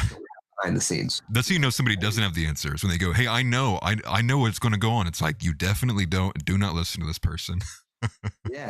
Well, and it comes back to instincts too, right? It's like that. The reason why Nick's obviously very smart, right? Like no question about that. But the reason, I think the biggest reason why he's been so like successful is because he just has good instincts. That's what I'm saying. Instincts play the biggest role in all of this. And it's something that you kind of you can learn it to a certain degree. You can start to read the patterns and start to sort of like put things together. But like, it's one of those things you either kind of have it or you don't, unfortunately. You know what I mean? You start picking up on like the behavioral patterns, right? You start to see the subtleties of like, and I started taking tips of like Nick. That's how I kind of read some of these stories. I'm like reading, who's the author of the story? Where'd the author come from? Who's paying the author? When did the story come out? And you do start to pick up on some of these consistencies, the same way they play out. And it's like, oh, okay, this person went to the Hebrew International. It's like, oh, there's a pro-Israel article. It's like, oh, so you can kind of see these things. And that's what I wish, I try to amplify the message as much as possible. It's like, he's giving groundwork for many people to just be able to open their eyes. It's just as simple as like understanding it and grasping it. And, this is a bit of a side note too, but going on to some of these people who just don't get it. I saw Pine Sap had made a comment about something. I can't remember what it was, but Red Pill Media, it's a more prominent account that's on this side in the dissident space. And they disagreed with whatever he said. I can't even remember what it was, but his response is like, aren't you Pakistani? And it's like, that's it right there. It's like so much of it is just, you can see it right there. And the expectation for a lot of these people that we can be entirely, not just that a difference between a Black American and a white American, but like if you grew up in Angola, spent you 12 years there, and then went and traveled to Europe, and then have been living here in America for 3 years, like we are nothing alike. Like you may have similar politics to me, but that is not the same thing as being like homegrown American, a Christian American who's got blood on this soil, who has like a history here. And so you see some of this, and it does kind of bother me a little bit, the way that these people kind of, engage with it. But a good thing on Pine Set for calling that guy out. I didn't know if he was officially Pakistani or not, but who cares? He's acting brown. Yeah, I mean, that's the thing too. It's like kind of going back a little bit to like the Virilium thing too, like or the more populist message or whatever. It's like, again, I have no problem with like allying with other people, but I think the other thing that's really important too is like at the end of the day, you do have to acknowledge that everybody else, whether it be any other racial minority group or sexuality minority group or even gender minority group, at the end of the day, when it comes down to push comes to shove, they are going to take their own side. You know what I mean? Like, you have to acknowledge that. And it's not to say that you still can't ally with them, but you don't like be surprised when you let a bunch of women in your movement, and then it's like, all right, guys, we're going to ban abortion. And then they're like, hang on, this affects me actually. Hang on. I don't know. I don't know if we want to do that actually. Or like, hey guys, we're going to ban birth control. Oh, wait. No. We're not doing that. That's why, I mean, at the end of the day, like there does need to be some sort of like, code of conduct about who's in who's not. Again, anybody can be a cheerleader. I'm fine with that. And I think there's nothing wrong with that. But there's this quote from Paul Heyman. He's like the WWE guy. I heard this in an interview with him the other day or like a month ago or so. It's talking about, he said this, it's like, cause they asked him, cause he's like a manager and he manages all the world champions, And he's like, well, how do you do it? He's like, I have the willingness to be subservient to the cause of greatness, you know? Yeah. And it's like, I mean, that really sums it up. Like, there's so many people, like, you have to be able to sort of humble yourself a little bit and realize, like, okay, I am a cog for the greater good. And just so many people aren't willing to do that. Everybody wants to be the greatness. It's like, I view all of this as like everybody has like a role to play. Everybody has like something that they're really good at or something that they can contribute in some even small way. And that all like lends energy to the greater good, this sort of thing. Yep. And then you have some people who they're not willing to see it like that. They view it as like cocked or like whatever. And it's like, okay, I don't really care what you think. Right. To be honest, because you're a fucking loser, you know, like exactly. You have to be able to, you know, you have to just be able to be blunt like that too. It's like, dude, you're a fucking loser with 200 followers. Who gives a fuck what you have to say? Right. Retweet it or like shut the fuck up, you know, like I don't know what to tell you, you know, I don't care. I don't value your opinion, and clearly nobody else does either. Right. Know? Yeah. And that's kind of one thing I've been getting into a little bit too, is kind of doing a little bit of vetting before I even respond to some people, and sometimes it's not even worth it. It's like, why would I even halfway? Why would I even acknowledge that with a response? Like, you know, like fuck this guy. But it's the subservient to greatness is a great quote, because it is acknowledging, or it's really more so like accepting the fact of like, if your the top thing that you want is you want the movement to be successful. Who gives a fuck who's leading it? Whether you be at the top, or you be in the middle, or at the bottom, or at the side, or maybe you're from a distance having to remote view it. Who cares? But that's the vein of which I see it. Like, and I have no problem being like full send. But again, people are simple. I think it does come to like basic human psychology too. People who want to make money off of it. People who maybe are just jealous. Who maybe they have a bit of an ego element of it to it. They're like, no, I'm the best person in geopolitics. No, my way's the highway. My way's the best way. And it's like, yeah, okay, if you want it to be that way, you're gonna have to win. I guess you're gonna have to go through the grapers, right? I guess if you want it that way, you're gonna have to take this on. And most people can't. I keep hearing this all the time. It's like about Nick, blah, blah, blah, blah, blah. Well, okay, who the fuck else am I supposed to support exactly? Tucker. I mean, like, name somebody. Like, seriously, Tucker doesn't represent my ideas or my values. You know, right. Like, sure, we agree on some things, but I'm not cool with JD Vance. I'm not cool with Palantir. I'm not cool with Peter Thiel and all that stuff, right? Like, and then you look at the dissonant space. It's like, who else is there? You know what I mean? Like, seriously, if somebody better, not to say that I'd ever betray Nick, but if somebody better came along, I'd support them too. But right. They haven't. That's the thing. They want to say, oh, Nick's Mexican. He's like 12% Mexican or whatever. It's like, okay, well, guess what? There's no white people like 100% pure Aryans stepping up to like lead the movement, and they don't have the same motion that he does. They don't have the same success that he does. Like, Nick's the best shot, whether you like him or not. It doesn't really fucking matter what your fucking opinion is, because you don't matter. You are a peon. Like, something better, you know. That's what I'm saying. Like, if people want to go and do their own thing, I fully support that. If you don't want to like be a groiper, you don't want to support Nick or whatever, that's cool. Do your own thing. Yeah. Shut the fuck up. Like, why are you attacking the guy who stands the best shot of winning and making things easier for all of us, including you? Like, you're literally like self-sabotaging at that point. Like, I'm not agreed. Blaze Nick on the timeline, you know, 24/7 and retweet him or whatever. But at the very least, just don't attack the guy. Just shut the fuck up. Like, I don't really get it. I don't know what you get out of it exactly. Like, how does this help anybody at all? Like, what, you think you're going to be the guy to take down Nick Fuentes? Give me a fucking break, dog. Oh yeah. Okay? Or the Overton window. He has single-handedly, he's like dragging the Overton window himself. People want to point to like Jake Shields and shit. It's like, okay, you gotta it's like, please miss me with that bullshit. Like, Jake Shields was not pushing the Overton window. He was there. He was helpful for some things, but the tip of the spear is Nick. And you know, I'm like, people, you know, and I have a bit of a splitted audience, but some people like they can't stand it, right? And it's like it goes to that element where it's like they can't sit there and acknowledge or kind of even accept the bare minimum what you're saying. It's like, you don't have to glaze him on the timeline. You don't have to sit there and say I'm a groiper or whatever. But to not acknowledge like the way he's carried it is like, I mean, that is self-sabotage. It's like, bro, we're having this conversation. I'm even allowed on YouTube right now because so much of the censorship was literally pushed away because it became so politically non-expedient to continue it. It's like, and who do I have to thank for that? Like Ben fucking Shapiro, you know, or like Leonardo Joni, like, no, like none of these people. And like, that to me is just, again, it's just incredible. And it does get to be a bit incredulous. And this is probably where some of the infighting comes to. And on that note, there was another story today. I was unsure if you maybe had seen any of this. But Laura Loomer started crashing out today on Aiden, the guy who runs. Yeah, that's every day. But she's going at Aiden, the founder of AF Post, because now she's saying that AF Post founder is seeking funding from Teal and Tucker to be pro Vance and not be pro Kuipers. So I don't know if you'd seen anything about this. I actually don't know much about the backstory of Aiden or AF Post, so I'm wondering if you could enlighten me.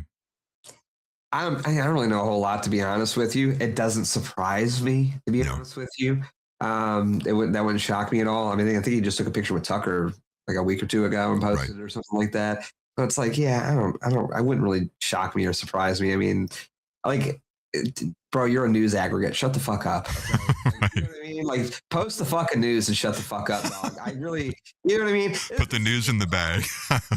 This is the problem with, like, this isn't even just related to politics. This is just in general. It's like, bro, I've seen like clippers, you know what I mean? Like, get a big head because they post clips and get a big fight. It's like the AF Deplorables guy. He posts clips on Instagram and thinks he's somebody. It's like, dog, nobody likes you. They want the news. You know what I mean? Right. Nobody gives a fuck what you have to say. Nobody gives a fuck about your opinion. They want the clips. They want the news. They want the content, and everything else. It's like, bye.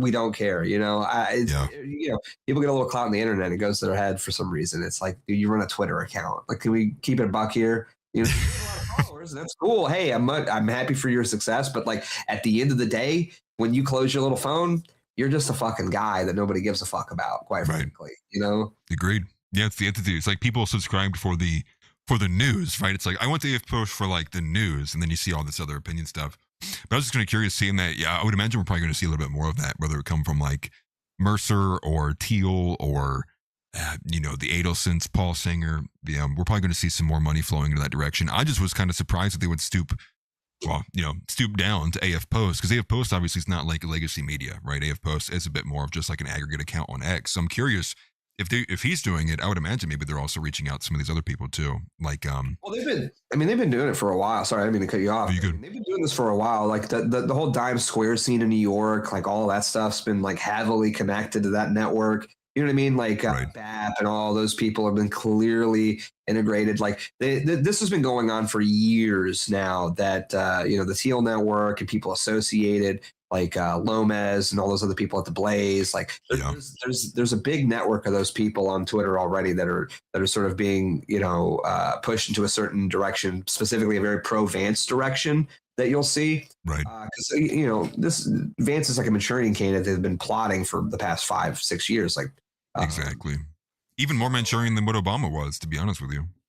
Oh yeah, 100%. I mean, like JD Vance has like literally been groomed for like 10 years, maybe longer, since his days at Yale, right? You know, because Peter Thiel helped him get him into Yale and stuff. I mean, it's so crazy to me that people have just like allowed this to happen. Like, it's so weird how like completely inauthentic this guy is. I mean, I think that's the silver lining is like we've caught it fairly early, thankfully, and we've been able to get the message out, and people are starting to like really warm up to the idea, which is why I don't think that JD Vance doesn't plan to run in 28, but I do think that he had put that out there just to sort of like disarm people so they would stop attacking him and sabotaging his run so early. Yeah. That's sort of my thinking on it, but who knows, right? I'm not. Yeah. I could see something like that. Well, because it came with the Peter Thiel Argentina part 2. So like it was like within like the same week you have JD Vance waffling on if he's going to run, and then Peter Thiel's relocating his family to Argentina, and obviously there's been elements happening, you know, in Argentina for a hot minute too that people probably should be paying attention to with the Patagonia area. But it did strike to me as that as well. Like perhaps there is a bit of to get some reprieve. I can also see it too of like this Marco Rubio, like basically everyone's going to fold to Vance. Like Rubio's got to start doing something now, or at least start, I guess, damaging his character, do something, because at this point, like if it stays status quo, Rubio doesn't have a chance. Like Vance will slide right in. He's already got the more public. He's a bit more charismatic, and imagine Rubio in a debate, you know. And I kind of think of even prior to the 2024, what did most people, even Republicans, think of Rubio? He's this war hawk, neocon, wasn't very well liked. I mean, even when he was pulled into the cabinet, people were like, you know, like I don't really like that pick at all. I really can't see it. I think that for Rubio, it really have to be he gets a massive amount of influx of cash, or perhaps you see that. But again, Miriam Adelson and Paul Singer is already lining up with JD Vance. Billionaires cozying up to JD Vance. this massive entity. And it just, go ahead, my bad. Oh, sorry. I mean, I keep cutting you off. My bad. I was going to say too. I think also too, and this is maybe, I don't know. Again, I'm not the most smart guy on the planet, but I think they may be setting up Marco Rubio as sort of like a fall guy too. I feel like kind of the energy in the air right now is that MAGA is dead. There's nothing that's really going to salvage it at this point after the Iran war and after the lack of deportations and everything else. Like, people are just frustrated. Trump's approval ratings in the gutter, and I feel like they sort of see the writing on the wall that in 28. It's going to be very hard for any Republican to get elected, like any Republican, especially Newsom ones, because Newsom's pretty popular, especially amongst the Democrats. Like, it's a DSA extremist type or just your run of the mill, average liberal, right? Like, he is very popular. So I'm thinking Vance is young still. Maybe the strategy is to let Marco Rubio go up, have the nomination fail miserably. We get 8 years of Newsom. And then after that, Vance comes in and cleans up the wreckage of the Republican Party and sort of brings about this new age, like revitalization of MAGA after it's been given time to cool down a little bit. Yeah. I can actually see that. That would make sense. I guess in my mind, I'd always kind of thought that Hegseth was going to be like the overall fall guy. Like the blame the Iran war, because that's like the major fall, right? It's like the Iran war. That's going to be what has the biggest stain, I guess. And Hegseth, being the dumbass he is, I mean, he's on camera every other minute, like, and just saying something retarded. He's pushing all the Zionist stuff, and the left already like really hates him because he is this kind of, a bit of this douchebag Chad, like typical right wing kind of like douchebag Chad. So he already is like well hated by many of the left. But I can also see that too. Let Rubio kind of just get annihilated, like let him just take the spear against the left. I'm ultimately hoping not, but I do think you're spot on there. I think that we're really underestimating the left's chances of winning in 2028. And with that too, I mean, some of the recent news now is that we're getting that this $300 billion, what is it? The reinvestment, the reconstruction program or bill they want to put forward is like now largely going to be putting forward by American taxpayers, going to be putting forward a lot of money. And I think that to many people may be a death knell. However, there was also news that was like an hour ago that we had struck Iran again. So who even knows if the ceasefire is going on still?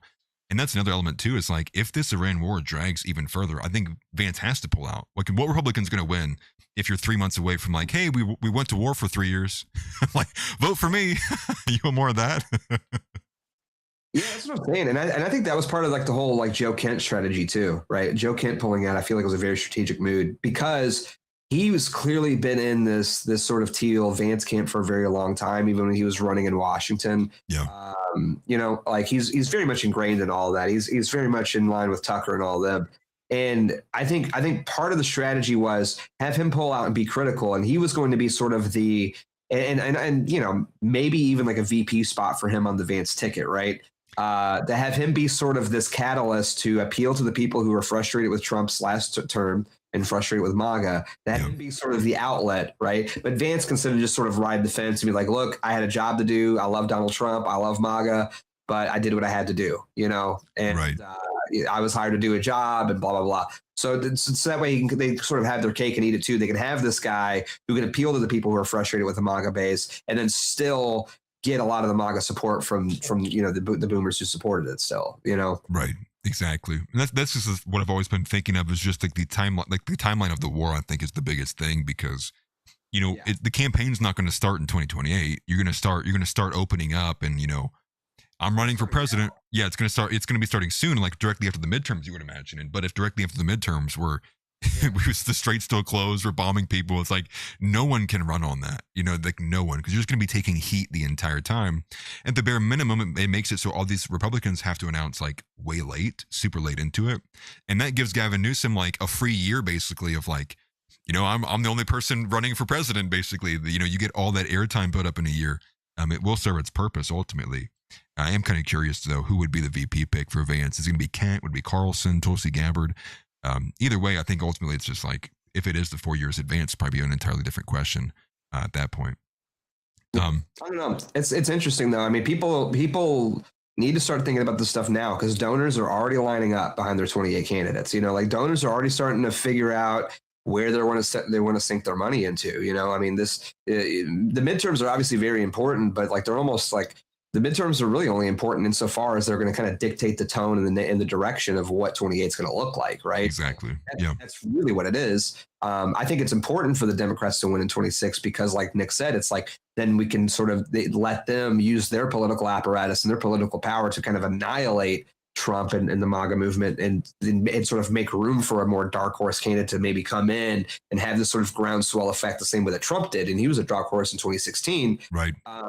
So that is important. And I think that's like the only possibility. But like as in terms of like looking at all of the pieces on the board right now, like, regardless, not sort of like expecting a dark horse. It's like, it's looking like it's going to be Newsom in 28, I mean, really. Yeah. Because who's going to be running against in the left wing? It's going to be Kamala Harris again. I think she got floated. I don't think she even announced, but it'd be like him versus, he's got a wide open lane on his own side. And then what he might be looking against is he might have a wide open lane like on the other side too. And maybe Gavin Newsom's the only person who runs for president in 2028, because it's going to be so soured. It's going to be so toxic. And I think people forget that too. Like for a lot of these people, politics is not a 2-year, 3-year, 4-year game. For many of these people, they are thinking about how this decision, what their positions will be in the administration 5 to 10 to 15 years down the road. They're trying to they're trying to do their best to position themselves to always have a leaping board essentially into something else, whether it be cozying up to donors or whether it's cozying up to the next person who will bring you in and hire you into the administration. Similarly like Joe Kent, right? Being pulled out early on, not wanting to take any of the soilage, making sure he has this very prominent anti-Israel statement on his way out. So that's kind of like what sticks with people when he leaves. Tulsi Gabbard did the same thing. She has this big capstone moment on, it was the biolabs. That's what it was. She kind of she makes sure she fulfills her promise to make America healthy again by going, well, here's what I did. It was my final thing before I resign. I went after the biolabs, which still we have Ori Solomon going back to Israel. That's still insane. So you can see that they're all clearly kind of making these future moves. And maybe that does spell. Maybe I need to give a bit more credence to the fact that J.D. Vance maybe does not run in 2028. But it's hard to say. You can't trust anything out of these people's mouths, right? Like that's the thing. True. Yeah. Here's the thing. It's like I was saying earlier. It's like you just sort of have to acknowledge at the very least that you don't know. Yeah. You know what I mean? Right. But that also, I think that opens you up to a whole world of possibilities of thinking too. You know what I mean? Like of my stupidity is my greatest asset to a certain degree. You know what I mean? I really do think that to a certain degree. Like, not that I'm the stupidest person on the planet, but I don't know all the ins and outs. So I don't have any political insiders that I'm talking to or anything like that. But at the same time, I think it gives me a fresh perspective, and I can acknowledge I don't know. So then I can start to look at all the different plays and stuff. Yeah, you can engage with the hypotheticals. Yeah. Yeah, exactly. And it's fun. I just think it's fun. Really, honestly, at the end of the day, more than anything else, I think politics is actually just really fun and really interesting. Right. And so it's just a fun little it's kind of nice not being in it because then you can just kind of you can kind of LARP a little bit. Right. You know what I mean? Yeah, as a spectator, yeah. I feel like I'm playing Dungeons and Dragons, okay, and then my paladin's here, and then but what if then you start theory crafting and stuff? I don't know. It's fun. Well, in a way, I gotta take a leak real quick. I'm about to piss my. Oh, you're good. You're good. Go ahead. You're fine. You're good. I like the chair. But yeah, no, good to see you guys in here. I'm gonna actually check to make sure to see if the giveaway is still operating, and it is. And man, do we have some names on here?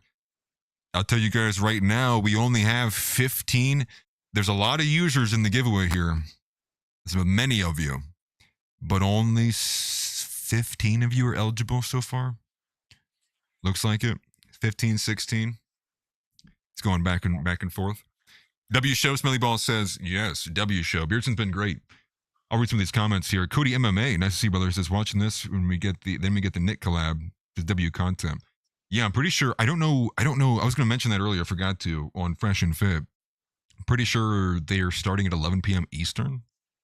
I do think. I think that's what I saw. I couldn't tell if it was 8 p.m. or 11 p.m., but they had one live stream scheduled and it was for 11 p.m. Eastern. So I would assume, I'm going to think that Nick's going to go on with the girls. It's going to be the after hours show, I think. Do you know though, if what the collab happens? I have no idea, to be honest with you. Word. Yeah, I think it's going to be with Fresh and Fit with Nick. I'm pretty sure. And yeah, he said that. I just don't know what time it is. Pretty sure it's going to be 11 p.m. It may be both. He may be knowing Nick, dude. He's a beast. He may just do both with the girls and beforehand. Yeah, with the AP one. I forget what Myron even calls that one. It's been so long since I've been. I hate even saying that. I like Myron. I like Myron a lot. I don't watch much of his content anymore, really, unless it's a clip I see occasionally.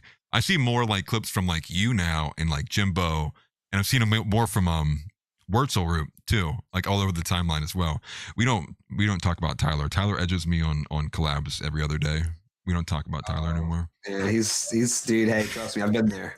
Okay. One time, this guy texts me. It's like a Friday. It's like a month or so ago. He texts me. He's like, "Hey, you want to come on the stream today? You want to pop in, talk about?" I'm like, "Yeah, sure, man. I'll do it." So I had some stuff I was gonna do. I was like, "Yeah, I'll pop in for a minute. Then I'll go do what I gotta do." Yeah. I wait like 4 hours, dog. I like really pop into his chat. I'm like, "Hey, when do you want me on?" He's like, "Oh, here in a little bit. Here in a little bit." Nothing. I'm like, "What the like?" That's hilarious. Like, what is this? Like, you I know. invite me on, I make the time, and then you just like bail on me randomly. Like, okay, all right. Dude, he did it to me, I think, like 2 weeks in a row. He was like, "No, we'll definitely do it. Any day, Monday through Friday is fine." I'm like, "Oh, yeah, dude. What about this day? Does that work?" Nothing. Like a week later, "Oh, man, we definitely got to collab, dude. Maybe we do this and this." I'm like, "That works for me." Nothing. I'm like, "You know what? I'm not sending any more messages. If Tyler wants to see me, dude, he's going to have to message me first, dude." It's gone to that point now. It's like, if you want me on the show, you want to do a collab, you got to reach out to me.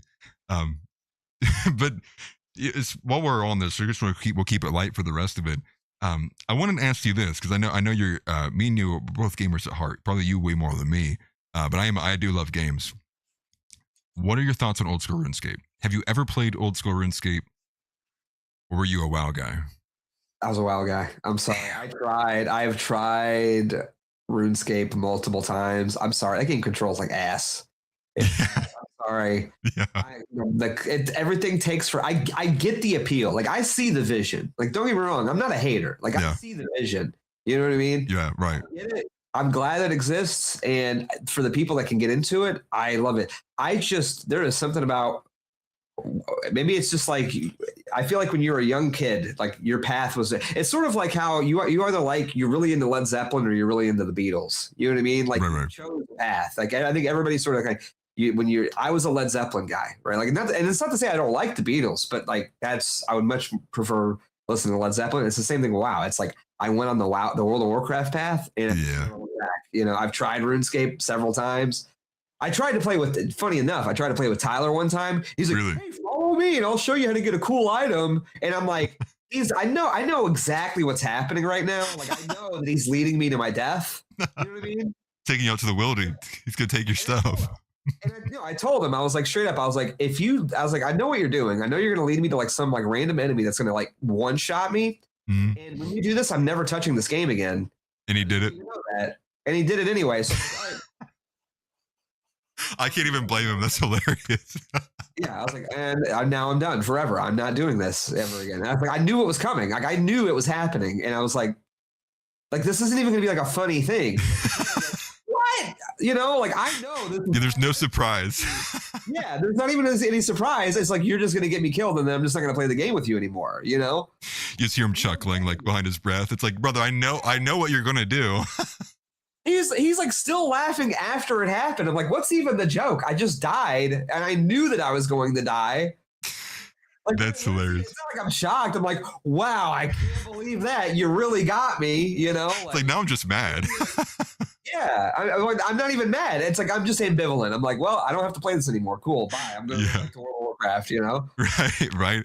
I'm going to have to blame Tyler then. No, I want to reach out to him. I wanted to play old school RuneScape with him. I just didn't know if you'd played it or not.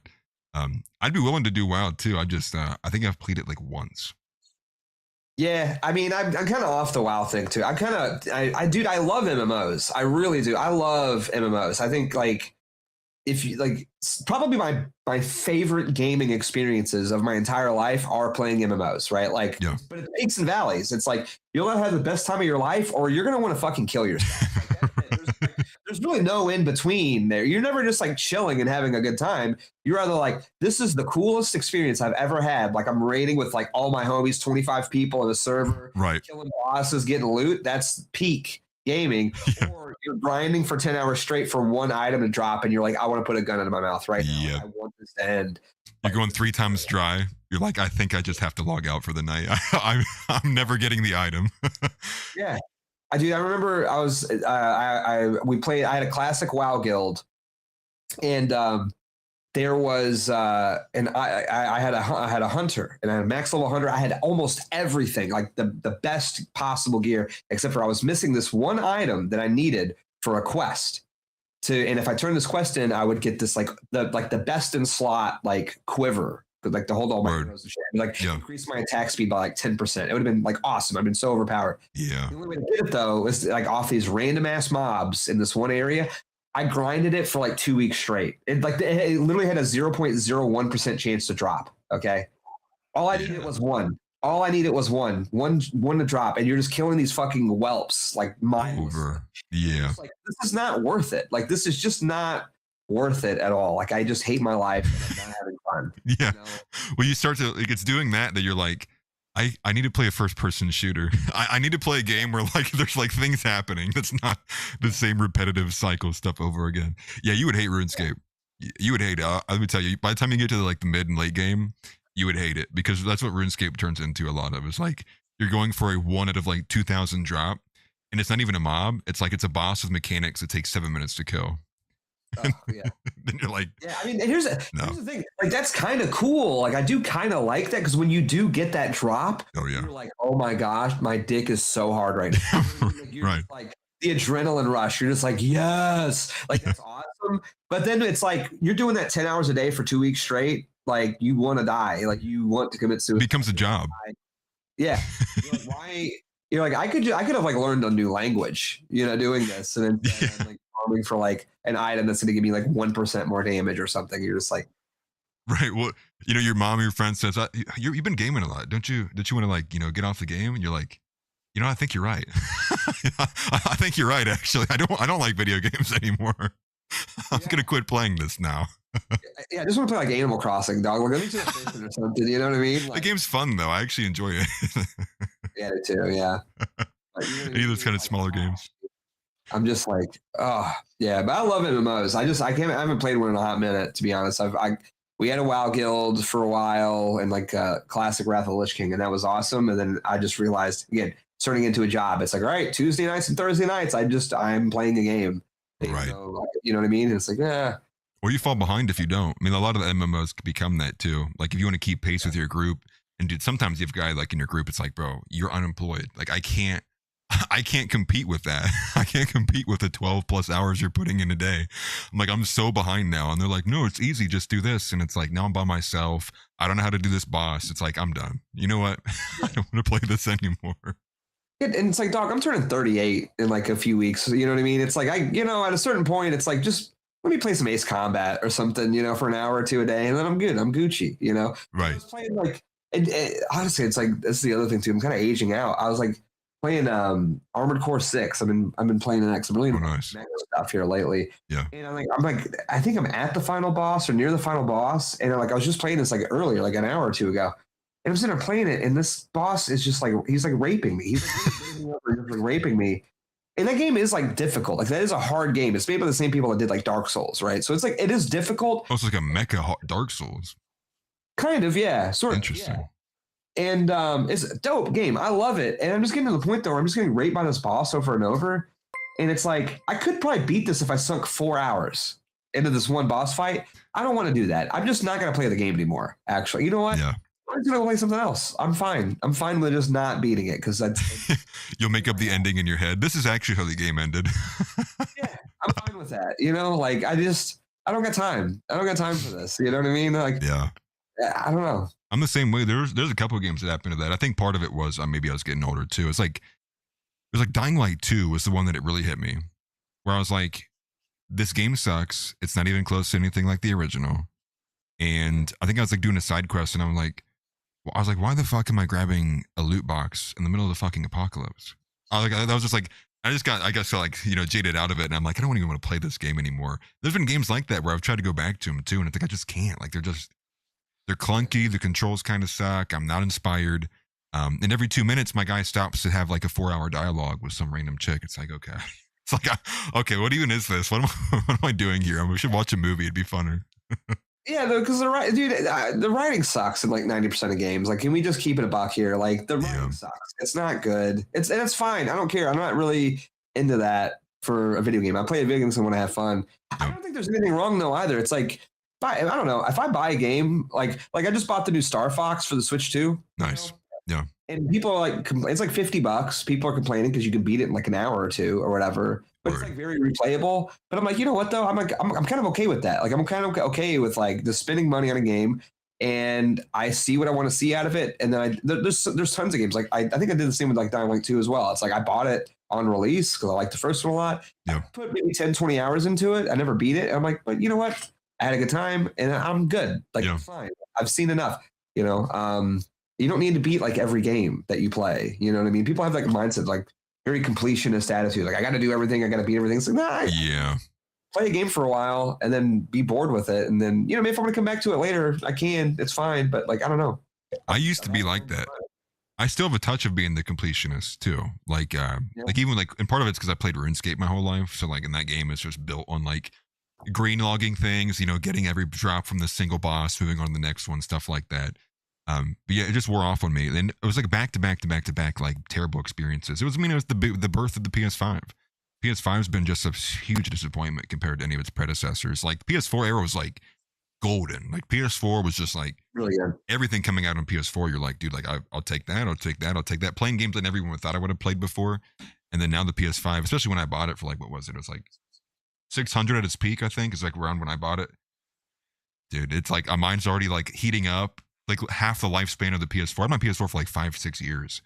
And I'm already hearing like my PS5 get like loud and the fans blowing. And I'm like, I'm gonna throw this thing out a window.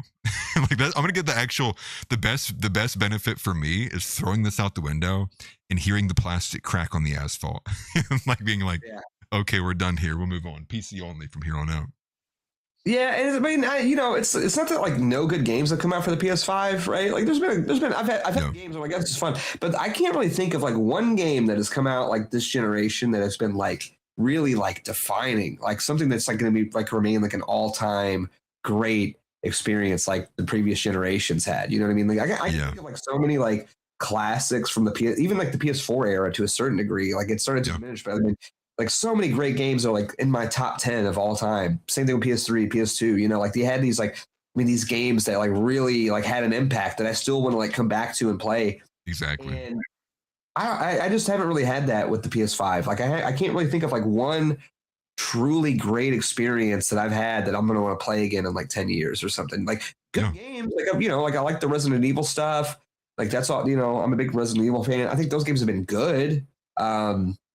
But like I don't know, they just don't have the same impact as like the original Resident Evil 4 had for me. You know what I mean? Agreed. Like, the game like defined the GameCube.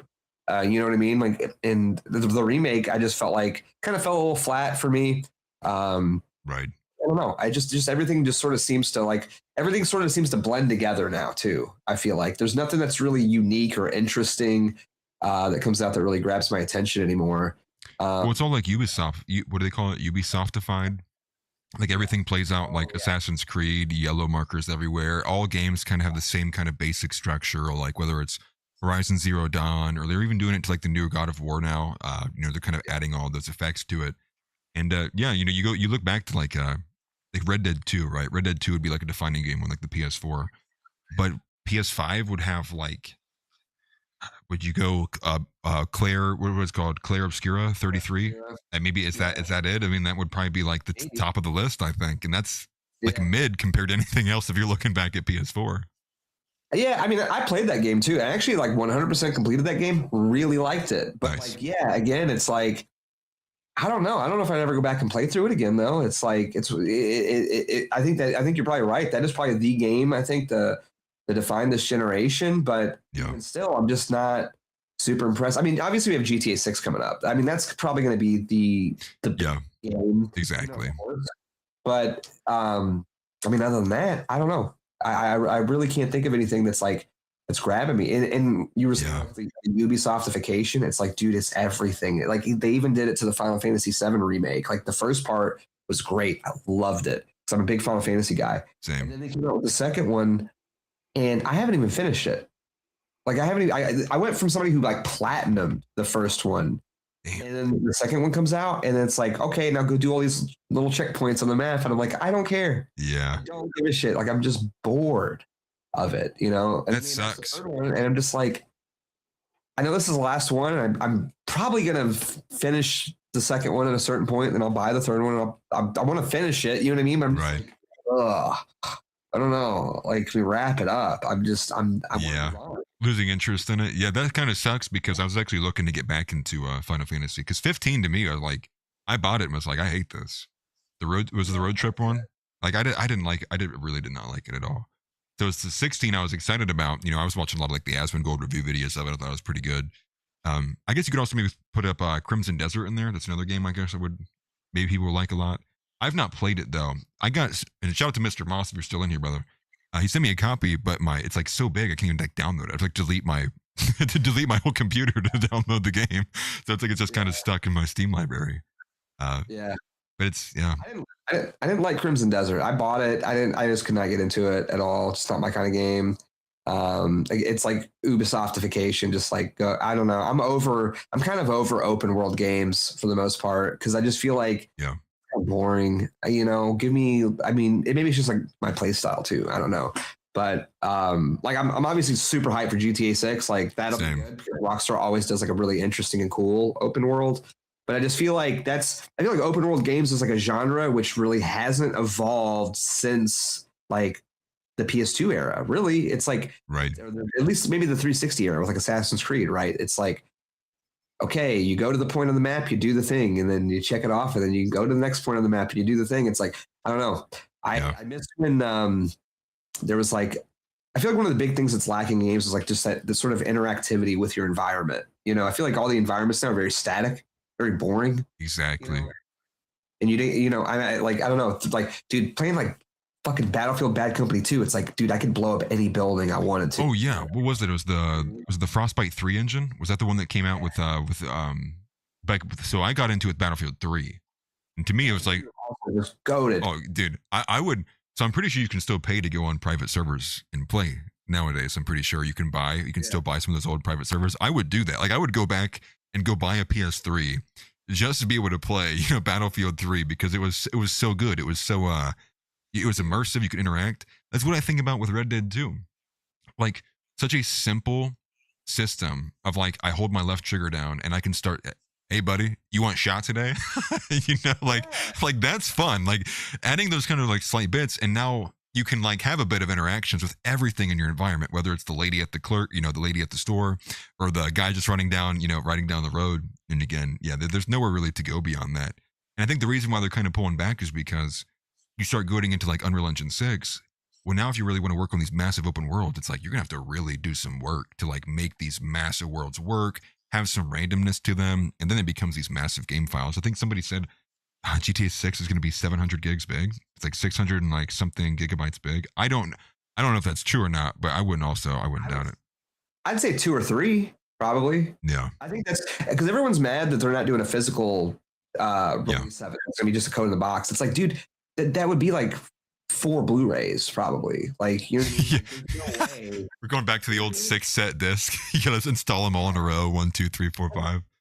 Because I mean, they're doing the entire state of Florida basically. Like, it's not going to be just the city. Like the way that they're talking, and there's been some like retailer leaks. I think the past day or two, it's like you're going to be able to explore the entire state. Like this game's going to be fucking massive. Like, there's no way that this game is going to be anything less than 150, 200. You know what I mean? Like, there's no way that would fit on a disc. Yeah. And I'm the biggest I am the biggest physical media advocate on the planet. But it's like, they've not come out with a new format to hold that much data, unfortunately. You know what I mean? Like, it just doesn't exist. It's not possible. So people would be buying a case, I guess, right? This is really what they'd be going to buying the physical for. It's like, well, I have the case for it. And it's selling out. Like, that's the crazy thing too. Like, it's already sold. The PS5 is, I think, the PS5 copy already sold out on Amazon. The pre-orders did. That's crazy. That's actually crazy. I should probably pre-order it then.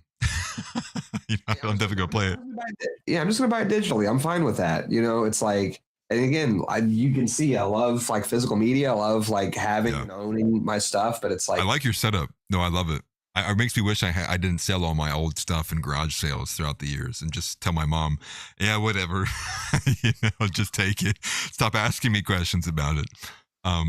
Not too late, man. Dude, you can do, honestly, if you want to get into retro games, just get a PS3 because you can emulate PS2, PS1 on there. You can do everything. You can mod it. Like they're so easy to mod too, and you can just pirate all the games. Yeah, I've been seeing that. You can change like the operating software in some of these PlayStations. You can even do it with the PS5. I saw as well. I don't know if I'd risk it with my PS5 ultimately. I'm not good at the jailbreaking stuff. Yeah, PS4 you can do it really easy too. It's literally just like a thumb drive. Boom, pop it Really? in. And yeah, 360 you could mod. Like the modding scene for like old consoles has gotten crazy now. Like even my PS2 back here, it's like because there's some games that are like $1,500. I'm not paying that much money. So I just ordered. They have a thing. It's like $20. It goes. It's a memory card, so you can save all your games. You just pop in a micro SD card as well, and load all your games up on it. You can play them right off the micro SD card. Oh man, awesome. That's sick. That's sick. I would actually be down for that. Yeah. But no, I wanted to say, man, this has been a fantastic conversation. I appreciate you coming on. I wanted to turn it back to you though. If there's anything that you hadn't mentioned or you wanted to say, I wanted to give you a chance to say it before I go to the super chats. No, man. Thanks for having me. Appreciate you coming on, of course. Always love seeing you in the chat. Always love catching the show when I can. Like, it's been great convo. And I just, thanks for having me. It was awesome. Yeah, of course. I appreciate it, man. Yeah, we'll have to do it more often too. Yeah, sure. And I don't know if you were streaming. I guess I didn't have it put up, but I'll have to go on. We'll have to do some more collabs, gaming stuff too, and be a bit more fun, friendly.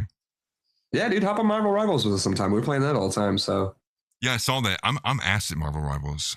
And I saw you guys were losing it. You put me on the team. Like we're definitely not winning the game, dude. Like it's maybe a little practice off shooting. Yeah, right. Exactly. Yeah, like I don't even have a hero. I'm more of like Apex Legends, like Battle Royale. It's kind of was more my scene. Yeah. But I'm gonna get some of these super chats pulled up. Let me go here. Let me find these. Let me go back some. A bunch of people who subscribed as well. I appreciate it greatly, actually. For everybody who did subscribe as well, and all of my guys as well, make sure you are subscribed and following Beardson both on X and on Kick. All of those links are in the description below as well. So let's go here. We have this. Here's the first one. Forgive me. There's just so many of these, more than you normally get. Here's the first one from Mr. Moss. He says, yo, Beardson, you are my favorite pro Marvel Rivals streamer on Twitch. You taught me everything I know. Thanks. I try. I'm really good at Psylocke, so yeah. Oh, you play Psylocke? That's awesome. Oh yeah. She got a big ass, dude. Of course I do. I got the bikini skin for her, dude. It's crazy. That's funny. That's funny.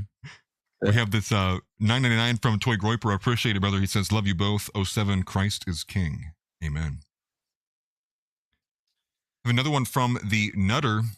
He says, I like this Atlas guy. I reckon he busts huge load. Otherwise, Beard Dog wouldn't even collab with him. Bro, I've seen it. They're massive. It's crazy. Yeah. It's like the one thing I don't want backed up on. Yeah. That's funny. But yeah, no, they are pretty huge. I'm surprised you guys figured that out. This one comes from Reed. He says, Matt Nuclear seems like a good friend. I doubt that. I actually doubt that. Well, actually, Grok is his only friend, if we found out. Yeah, it's true. It's kind of sad. I kind of feel bad for him. I'm not gonna lie. Like reading some of that, it's like, I mean, I'm an incel too. I get it. You know what I mean? Like I get it. Well, I was messaging PineSnap earlier today, and that was kind of my first reaction. Was after I read through like the entirety of the conversation, I was like, that's sad, because then also he wrote later on like to Grok, and he was like, well, you know, like I'm antisocial. I'm like this. I'm like, you're black style, dude. You know, like you don't got nobody. It's okay. Yeah.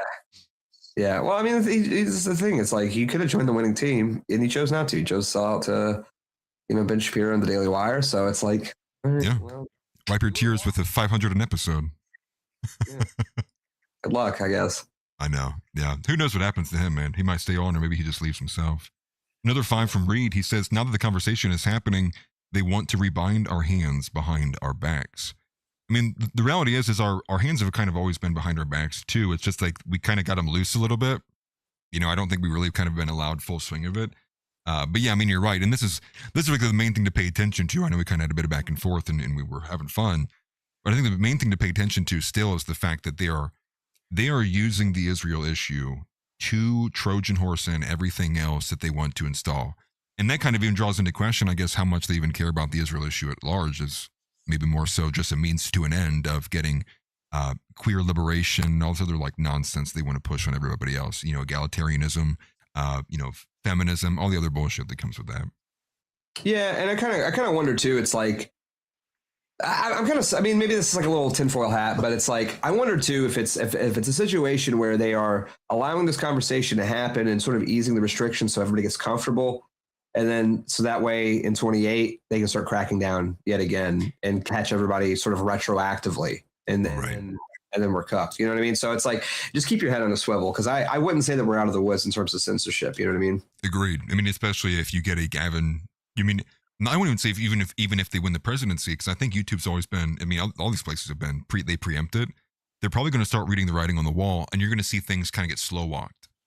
Because if they get the whiff of like, oh, the Republicans have no chance, they're going to go right back to full blown censorship. Oh, can't make fun of blacks, can't make fun of trans. Definitely no more Israel conversation. And they're going to just start wiping people off the board. I think you're spot on about that. Yeah, keep your head on a swivel. And I think this is the last one here. It's from House Leotardo. I appreciate it, brother. This is a big 25. He's voting for Beardson 2028. Thank you, brother. I appreciate it. Appreciate all your support. Yeah, that's and that is yes, that is. I think that's it for all the super chats. I do believe. If I missed one, please attack me and call me an idiot. But I am going to go ahead and do the giveaway. We're choosing a winner right now. I'm clicking the button, and the winner is Nar Lord. That is at GNARLORDE. Nar Lord is the winner. Whoa! Congrats. Yes, W. Nar Lord, if you are still in the chat, I need a way to be able to contact you. So you can either DM me on X, you can DM me in the Discord. Let me go ahead and pin this actually in the chat. There should be one from Nightbot. I am pinning this in the chat right now. That is the link to my X. Please get a hold of me. DM me, tag me, put it in a public post if you have to. But I will reach out to you and I will keep this on deck for you. And again, you are getting the copy of Steam code sent to you for a copy of Warhammer 40K Space Marine 2. Beardson, thank you for being a part of the show. I appreciate it, man. We'll have to do this again sometime soon. This is awesome. And yeah, good luck on your endeavors. Good luck in 2028, man. I will be voting for you. Appreciate it. Thank you so much for having me, and it's fun. Yeah, we'll have to do it again. Thanks for having me. Yes, sir. I appreciate it. And we will see you guys. I might be on Kick later on tonight, but I don't know yet. I'm still deciding. We'll see. I'll let you guys know if I do. But regardless, appreciate you all. We'll see you next time. Take care. Get up and get out. Get out. Get out. I have a question for you. Say Christ is Lord. Say Christ is Lord. Say it. You say Christ is Lord. Get out. Get out. Christ is